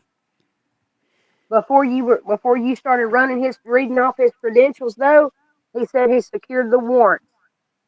So he secured those warrants after what he discovered on Maddie's phone to secure the probable cause to get access to his phone. Their bases are covered. I hope so. I mean, it sounds like it when they have the defense is able to respond. I hope that the judge sees it that way. Yeah, the defense is just trying to prove that there was an incompetent officer involved, and in trying to discredit any opportunity for any submission of evidence under her name and title. But they secured the evidence. They secured the warrant on Heller with him based on his credentials, so they're covered. I hope so. So we got them covered in those bases. I mean, and it seems like they're covered, but they continue on. So I'm sure they're going to cover in more bases. So it's going to be good to have all of the bases covered. I think we might finish out. I'm going to try to finish out this document today and then go through court and everything again and see what their oral arguments were. Yeah, that is impressive, the education. And they said he was sworn in, and they stated, the conversations between him and Maddie on her phone were suspicious as fuck, so. That Madeline was 13 years old when she was reported missing by her mother in February 26, 2024. The affiant identifies the defendant, Stephen Stearns, as being the last individual that saw Madeline before her disappearance. The affiant further continues that during an interview of the defendant, quote, provided consent to search his phone. However, he stated he accidentally performed a factory reset on his phone on February 26, 2024, the same day Madeline went missing, unquote. The affidavit indicates that during the investigation, it was discovered that Stephen Stearns had several files of child sex abuse material involving Madeline on his cell phone, and the images were stored and, quote, backed up, quote, to his Google account, sustenance@gmail.com. Detective Heller also discusses his experience with Google, LLC. Detective Heller further details in his affidavit for search warrant the Google Cloud Storage Services, specifically stating, quote, account holder and users can utilize this service called Google Drive to store pictures, videos, and other electronic files remotely and without taking up memory and space on their personal computer, smartphone, and physical storage media, unquote. After reviewing the affidavit for search warrant submitted by Detective Heller, the Honorable Circuit Judge Whitehead determined that there was probable cause to issue a search warrant for the defendant's Google account. The search warrant was issued on February 28, 2024. On March 1st, 2024, detectives from the Orange County Sheriff's Office downloaded and reviewed the Google LLC search warrant return. Several images and videos in the search warrant return were depicting the sexual abuse of Madeline when she was as young as 7 or 8 years old. I do believe that's what it says. These files were present in the defendant's account data during the date range provided in the search warrant affidavit. Burden of proof. The defendant's motion cited the Florida Rule of Criminal Procedure as grounds for suppression of the Google search warrant return evidence. Pursuant to Florida Rule of Criminal Procedure G3, quote, if the court hears the motion on its merits, the defendant shall present evidence supporting the defendant's position and the state may offer rebuttal evidence, unquote. When evidence has been obtained by law enforcement pursuant to a warrant that was issued, the burden is on the defendant to establish grounds for suppression. Now, it's interesting to me that even though they put that in there and cited the criminal procedure per Florida rule, the judge still said that they had the burden of proving what grounds they had for this document. Where it says, if the court hears this motion on its merit, the defendant shall present evidence supporting the defendant's motion. So why didn't they make the defendant present evidence supporting their motion? Because they're too busy throwing spaghetti noodles. Yeah. They're not doing their research. Yeah, but the judge said that the burden is on the, sorry, I might have misspoke. The burden is on the prosecution, and the prosecution stating in this document the burden is on the defendant and that they can offer rebuttal evidence. But the judge stated that it's on them, so that's curious to me. See, it sounds like with reading this, it sounds like they got their bases covered because they're not only citing case laws, they're citing codes, they're citing statutes, they're citing all of it. And the defense wasn't doing that. So I'm just wondering if the judge misspoken. Maybe. But if he's misspoken on that, is he going to be, I mean, how is that going to reflect on his decision on these motions? Is my concern. See, that's why people like us pay attention. Yeah.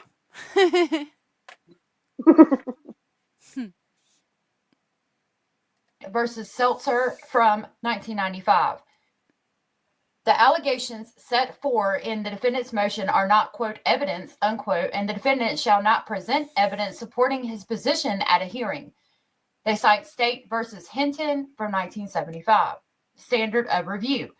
Law enforcement obtained a search warrant prior to searching through the defendant's Google LLC account information. As such, the defendant is challenging the search warrant issued for this information.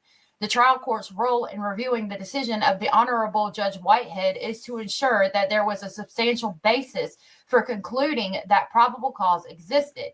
Citing Pagan versus State from 2002. Probable cause is established when two elements are set forth in the affidavit for search warrant. One. Now this is basically stating what their reasoning is for doing it the way they did and that it was completely valid. So this is very important. The commission element, a particular individual has committed a criminal offense, and 2, the nexus element, evidence that is related to the probable criminality is likely located at the place requested to be searched. They cite State versus Williams from 2010, citing State versus Burton from 2010. Courts reviewing the probable cause determination of another judge or magistrate should afford great defense to that decision. See Ellidois versus Gate from 1983, citing Spinelli versus United States from 1969. Quote, a grudging or negative attitude by reviewing courts towards warrant is inconsistent with the Fourth Amendment's strong preference for searches conducted pursuant to a warrant. Courts should not invalidate warrants by interpreting affidavit in a hyper-technical rather than common sense manner. Quoting, So they're saying that you're leaving your common sense at the door to be overly technical about this. It's not that complicated.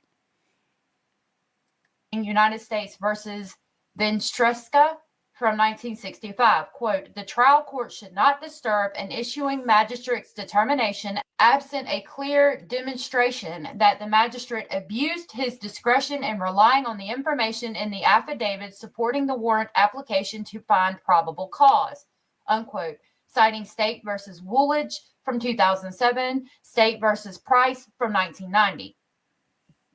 Law and argument.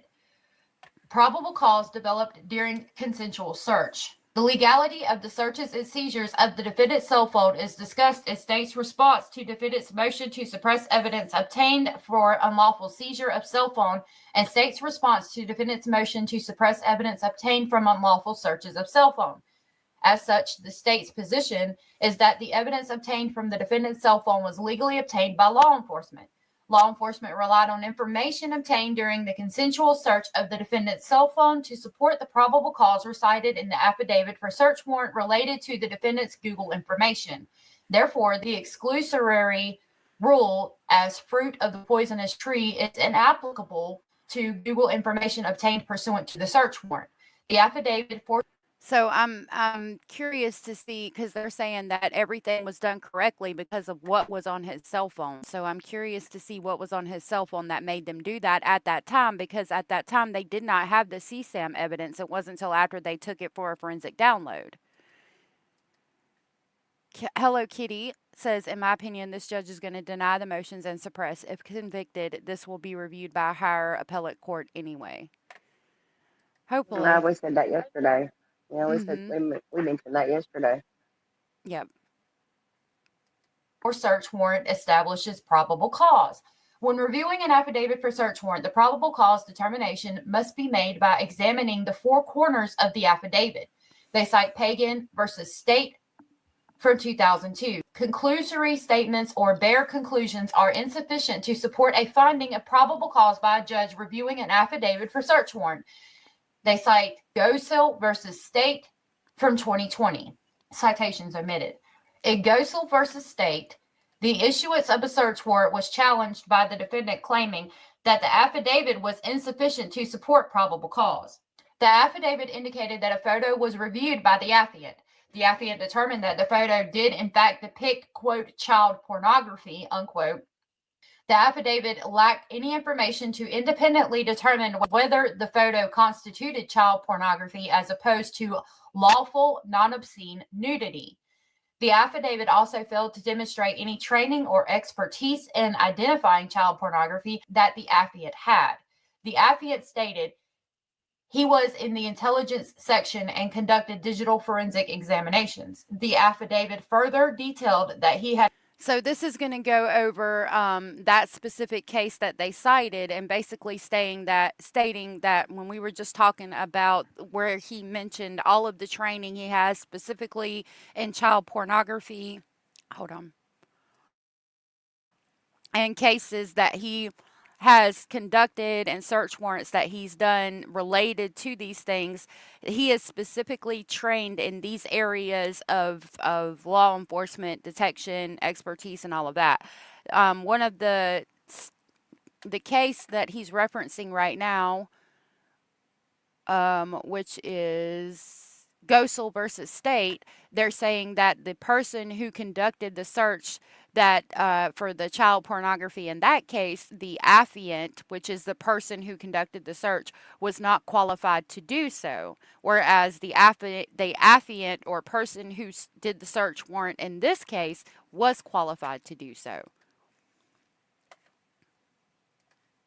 Had a history of involvement in child pornography investigations, was a member of the Central Florida Internet Crimes Against Children Task Force, and conducted investigation related to possession and transmission of child pornography. The court found that all of the following training listed was technology-related training. The court found that the affidavit was insufficient to support probable cause to issue a warrant. In State versus McNeely, from 2003, the court addressed arguments that a search warrant affidavit was insufficient to support a probable cause finding relating to allegations of possession of child pornography. Detectives received a NCMEC cyber tip line report regarding 4 images uploaded by a specific IP address. The detectives confirmed that the IP address was registered to McNeela. Law enforcement conducted an interview at which time McNeela provided consent to search his computer, of which he was the primary user. An external hard drive plugged into the computer was also searched as part of the consensual search, at which point law enforcement seized the computer and hard drive and sought search warrants. In the affidavit for search warrant, the images sent to the original tip were described as graphic in detail. Law enforcement classified the images observed during the consensual search as, quote, child pornography, unquote. None of the images observed by law enforcement during the consensual search were described, nor were any identified as being an image related to the original tip. The court found that the warrant affidavit contained sufficient probable cause. In State versus Woolridge, from 2007, the court again addressed allegations that a search warrant affidavit was insufficient to support a probable cause finding relating to allegations of possible child pornography. Detectives received a NCMEC tip regarding a specific AOL user attempting to email files containing child pornography. The affidavit for search warrant detailed the investigation relating to Woolridge being linked to the subscriber information for the screen name. The detective indicated that they viewed the images related to the tip and also detailed his background in the investigation of online child pornography cases.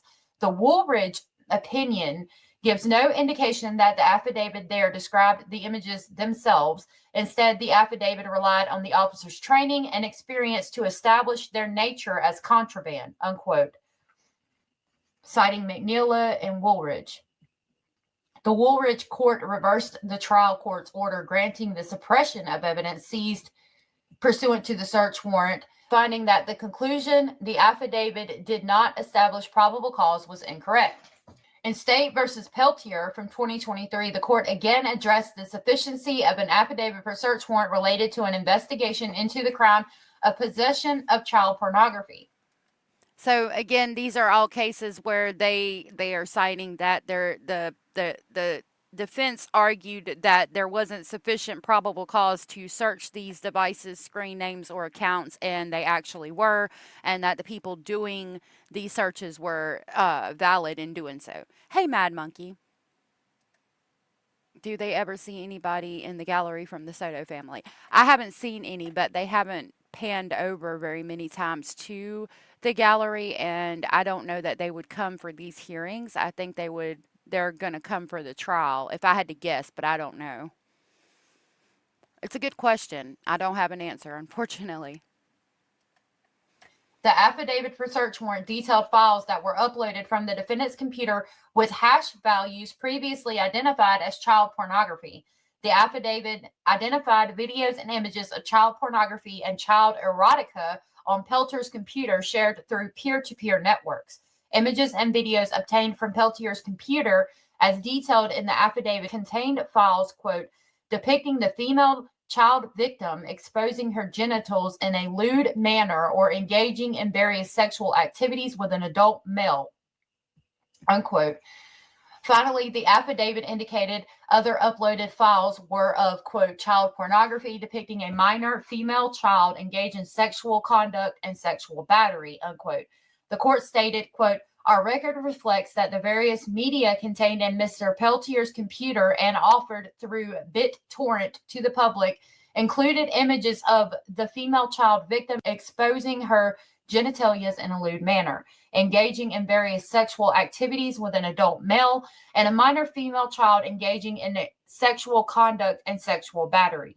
These descriptions cannot be confused with innocent content, unquote. In the case at hand, there is substantial basis for concluding that probable cause existed to support the issuance of a search warrant for Stern's Google account.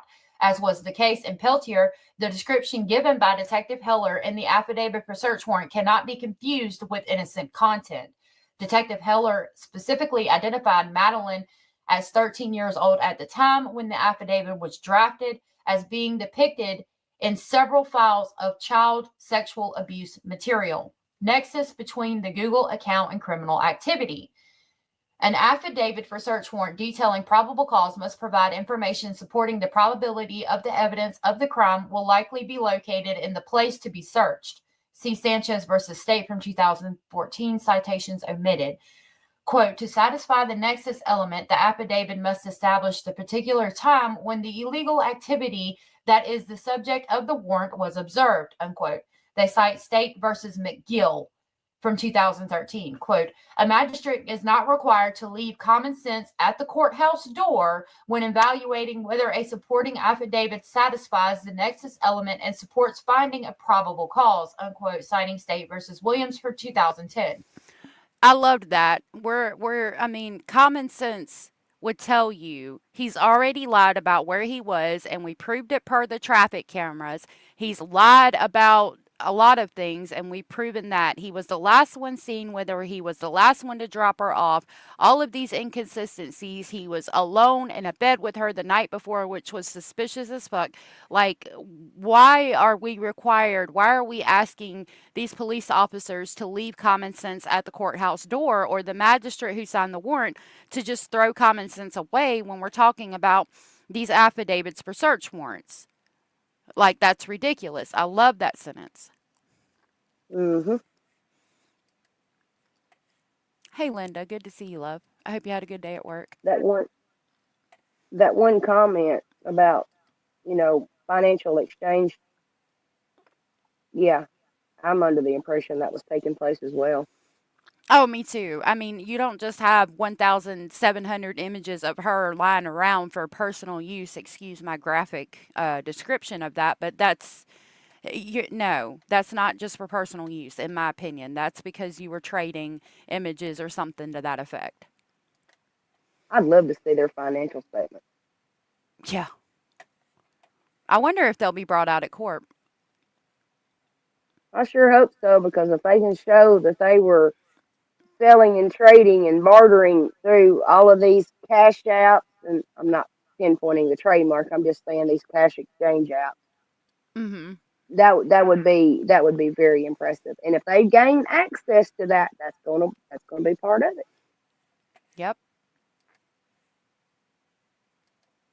And the affidavit for search warrant, Detective Heller indicated that the current investigation began on February 26, 2024, with Madeline Soto being reported as missing.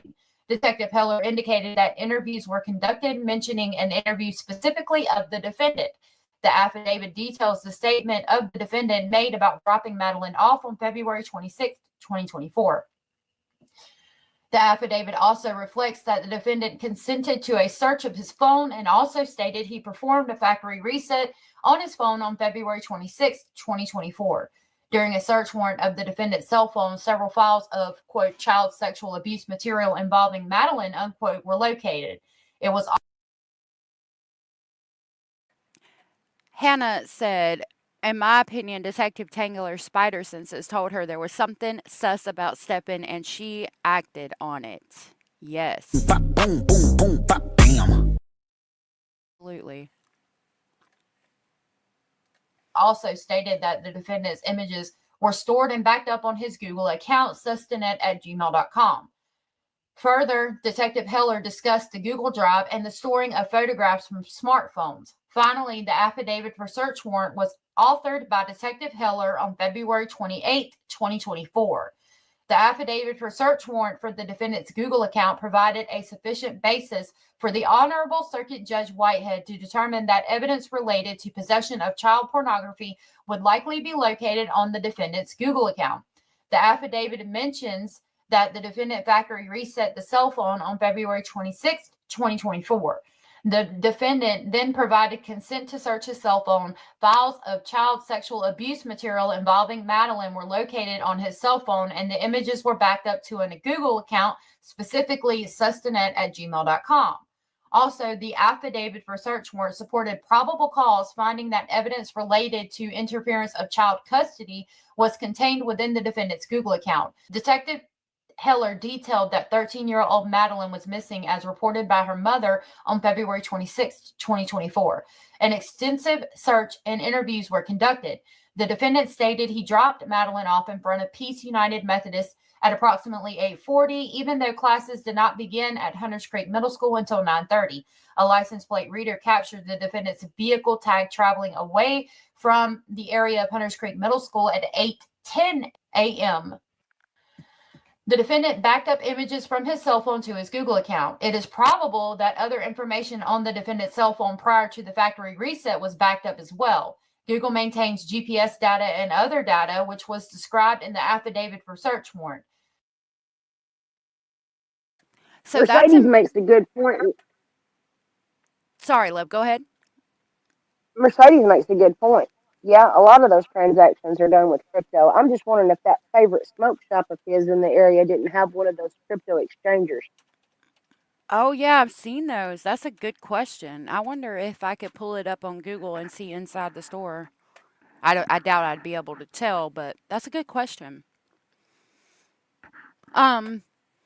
It's important that they talk about, what did he just say? Or what did I just say? I said he. Is it probable that other information on the defendant's cell phone prior to the factory reset was backed up as well? Google maintains GPS data and other data, which is described in the affidavit for search warrant. So basically, he had performed a factory reset. Is it not illogical to think that other things were there as well, as far as the Google Maps history, right? Like Google Maps history showing possibly where the location of Madeline might be, considering that he was the last person with her. So again, it's completely necessary to take the phone to see if Google Maps are backed up as well, so they try to find the location of Maddie, which is an extingent circumstance at the time. Where I'm going to assume to be Madeline was located as of the submission of the affidavit for search warrant. The defendant's movement and activity that may have been backed up onto his Google account support a nexus that evidence related to interference of child custody would be located. Generalized language about Google account services. The implementation of standard language grafted into a search warrant related to the operations of Google LLC is helpful and relevant in the affidavit for search warrant. Law enforcement does not need to, quote, reinvent the wheel for every application, unquote, and this background information is accompanied by case-specific information. Basically saying that I don't have to basically draft a whole new search warrant for each specific case. Now, it does have to have case-specific information in it, but I don't have to draft a whole new search warrant with with a bunch of new case laws and a bunch of new explanations in it for every single arrest or search we want to do. Citing United States versus Lamb from 1996. Temporal component of the affidavit for search warrant. Quote, the observation that images of child pornography are likely to be hoarded by persons interested in those materials in the privacy of their homes is supported by common sense and the cases. Since the materials are illegal to distribute and possess initial collection is difficult. Having succeeded in obtaining images, collectors are unlikely to quickly destroy them because of their illegality and the imprimatur and severe social stigma such images carry. Collectors will want to secret them in secure places like private residences. This proposition is not novel in either state or federal court. So again, it's not out of the realm of possibility or against, our good judgment that people that are interested in CSAM are going to try to hide them within the privacy of their own home or the privacy of their own phone or computer or things like that, because it's not easy to obtain. They're illegal as fuck, right?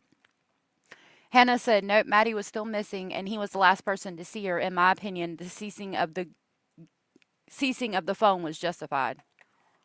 I agree. Absolutely. 3-year-old firearm. Yep. Yip, yip, yip. Pedophiles, preparental child molesters, and child pornography collectors maintain their materials for significant periods of time, unquote. They cite United States versus Lamb from 1996, United States versus Harvey from 1993, United States versus Coling from 1993, United States versus Rabe from 1998. I do believe this document is 19 pages because I just did this video, if I remember correctly. So we're on page 17. We don't got much more to go. That's why I'm trying to get through it today so we can talk about court tomorrow. United States versus Roe. I'm going to have that song stuck in my head all day now.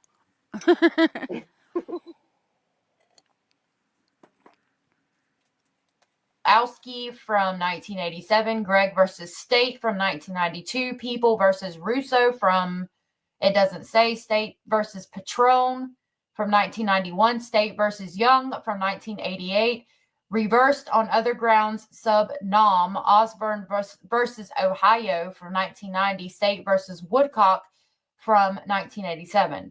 In this case, there was evidence to support that the defendant was an individual that fell into this category by the information that the child in the sexual abuse material was the defendant's stepdaughter, and the material was located on his phone and back up onto his Google account. Particularity. The Fourth Amendment requires that warrants particularly describe the place to Going back through this again, I don't think that says stepdaughter. I think it says in this case there was evidence to support the defendant was an individual that fell into the category by the information that the child in the sexual abuse material was the defendant's victim, and the material was located on his cell phone and backed up onto his Google account. I have to guess when they're redacted as what makes more sense through deductive reasoning, right? Right. If they And are, did he have, was his go ahead. mailing address set up for that address as well? I don't know. I think they did say it was on his ID, so I would suppose so. I know he had Amazon stuff going there, but I don't know if he had his regular mail going to Mommy's house or to Jennifer's house. That's a good question. Well, if he had it established on his driver's license for that address, is that what you said? Yeah, I think it was on his driver's license, but I'm not sure. Okay. Well, right there gives the grounds for abuse of an authority figure. He's looking at abuse from the familial or custodial authority. And that right there gives the grounds for that. Hey, the classic. I hope not. For reasons still unknown, Trailblazer, good to see you. Trailblazer said, for reasons still unknown, both Stephen and Maddie were full of anxiety. On February 25th, Stephen Stearns told Deb he's been drugging himself for a week now. He should have been arrested just for driving all over Florida. No doubt. Carolina said if they had already seen Maddie in that video that morning and noticed that she was gone, that would make this legal, right?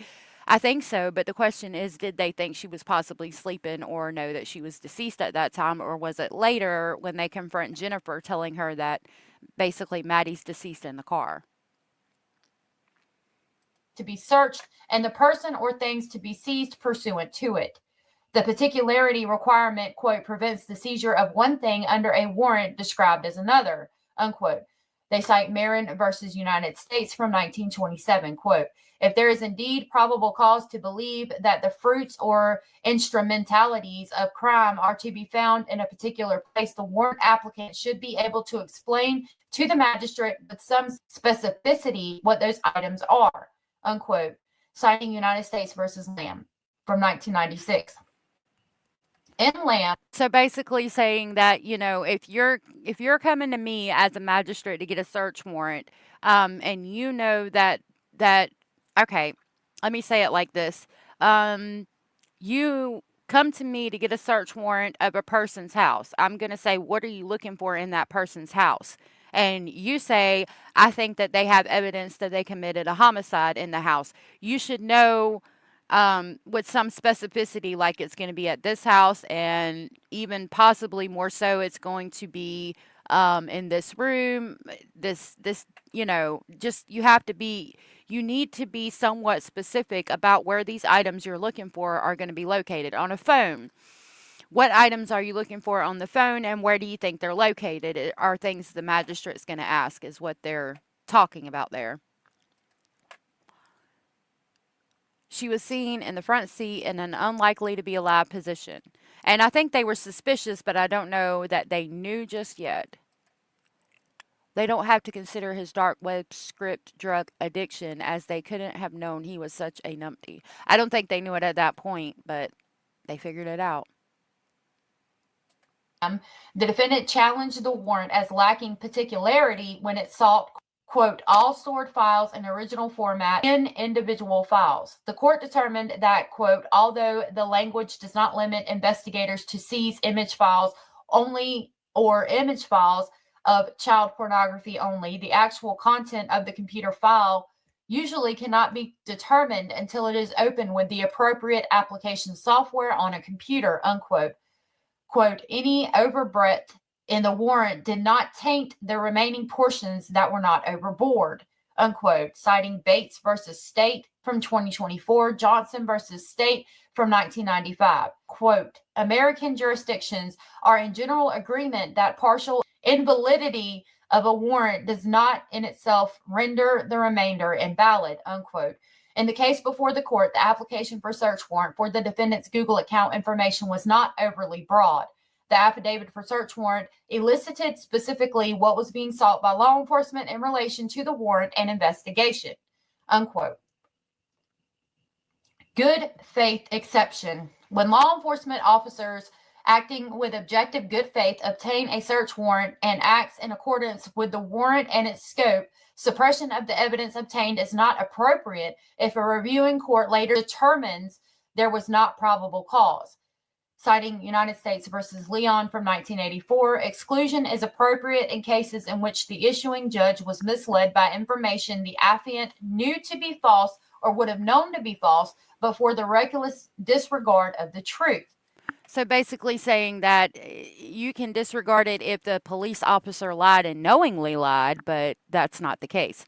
Stoic said, hey, I think it was Gavin Fish that said the CSAM evidence could be brought back in later in the court process. Did anyone else catch that? I haven't heard Gavin say it. We do like Gavin. He's a friend of the channel. But yeah, that's what Genevieve has been saying for quite a while too. I believe it could possibly.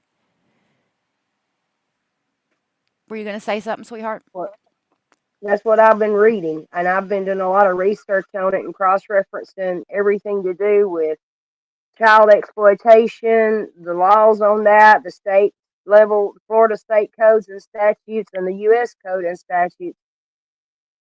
And that's what I was saying earlier about the Google.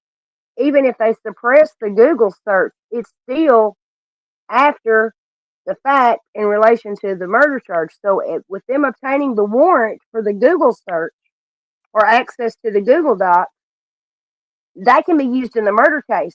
They're just trying to take and dismiss it in the CSAM case, which there's enough there to establish the CSAM case with or without the suppression of those Google documents. I hope so. I don't know how else they would have. They can say that they obtained it. or had access to it without the Google Drive.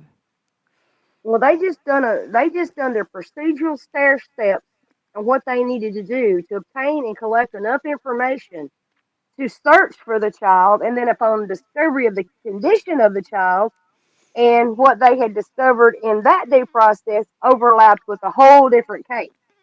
So Yeah, regardless whether it's suppressed one way or the other, it still can be used. It's just going to take the right finagling of script to get it in the court to get it approved to be viewed as evidence. right. Yeah, And there was a warrant for it. There was a warrant for it, and it was collected and it was executed appropriately. yeah, So I don't see how it can be suppressed all the as a totality. yeah. I mean, and if it is, I could definitely see it coming back up. Yeah, absolutely. Thank you for clarifying that. Citing Franks versus Delaware from 1978. Exclusion is also appropriate in cases in which the affidavit is so lacking on probable cause that any reliance on it would be unreasonable, citing Brown versus Illinois from 1975. Even if the court determines that the affidavit for search warrant of the defendant's Google account was insufficient to support finding a probable cause, law enforcement acted in good faith reliance on the warrant that was issued. Law enforcement did not provide any information in the warrants that was false or misleading in the affidavit for search warrant. Also, the search warrant was not so lacking as to make any reliance on the warrant unreasonable. Conclusion. Law enforcement drafted an affidavit for search warrant for the defendant's Google account information that sufficiently set forth probable cause for the search. Therefore, the defendant's motion seeking to suppress the evidence obtained from the Google search warrant should be denied. I certify that a copy has been delivered. Whew, that was a long video. Thank y'all for sticking with me. Again, Yes, thank you for sticking with me. So, yeah, like Jen just said, I mean, I think it does establish enough probable cause to, I mean, I hope it does, and I hope the judge sees it that way. I'm just really concerned because they do have somewhat of an argument, and considering that there is no case law on this, and this will be considered in future case laws, I think the judge is going to go very much strictly to the book, to the criminal procedure code, and all of that. I do think that the defense or the prosecution has established their reasoning and done a fantastic job, but the defense has also. I think personally, the prosecution has a better argument, but will the judge see it that way, and will the laws and criminal procedure in the books second that motion? I sure hope he allows it. Sweetheart, I'm gonna jump off here so you can get ready to close out, and my earbuds died anyway. Okay. Thank you for hanging out today. I appreciate it. Well, I appreciate you having me up again because this is just what I'm really into, and I like listening and reading and catching those little bitty quirky comments that people put into transcript because some people may hear one thing, but then when you read the transcript, you sometimes catch it, and it goes by. Yeah. Yep. Yep. That's why I like to go through the documents and transcripts too. Y'all have a wonderful day, and thank you for having me up, and I'll see you in chat. Yes, ma'am. Thank you. You have a good day too, sweetheart. Bye, love. Bye. Okay, that was Genevieve, and thank you so much for coming up, Genevieve. You're so sweet. Carolina said, I really don't mean to get off subject, but Adam Montgomery got some good old-fashioned prison justice yesterday. Oh, really? I'll have to look into that. Maybe we can talk about it tomorrow. Kalisa Katz said, Jim must have told him to drive around with Maddie's body, but so weird they would think that that would be a better idea than in the trunk. Really wonder about their thought process. Yeah, I mean, I'm assuming that they knew they were going to be picked up on traffic cameras and they could say, see, look, there he is and driving with her, but she's just asleep, and they thought the cops would fall for it because, I mean, again, take into consideration how the parents of Jen and the parents of Stefan have bought into their bullshit their whole lives. I mean, Jen's living in daddy's condo, and Stefan don't even have a job and is living with mommy and daddy. So they've gotten away with everything their whole entire life, and it's not out of sight of the realm of possibility for them to think, well, if I can trick my parents for all these years and all those around me, I can trick the police. I mean, it's not different than any other day, in my opinion. That's what I think the thought process was.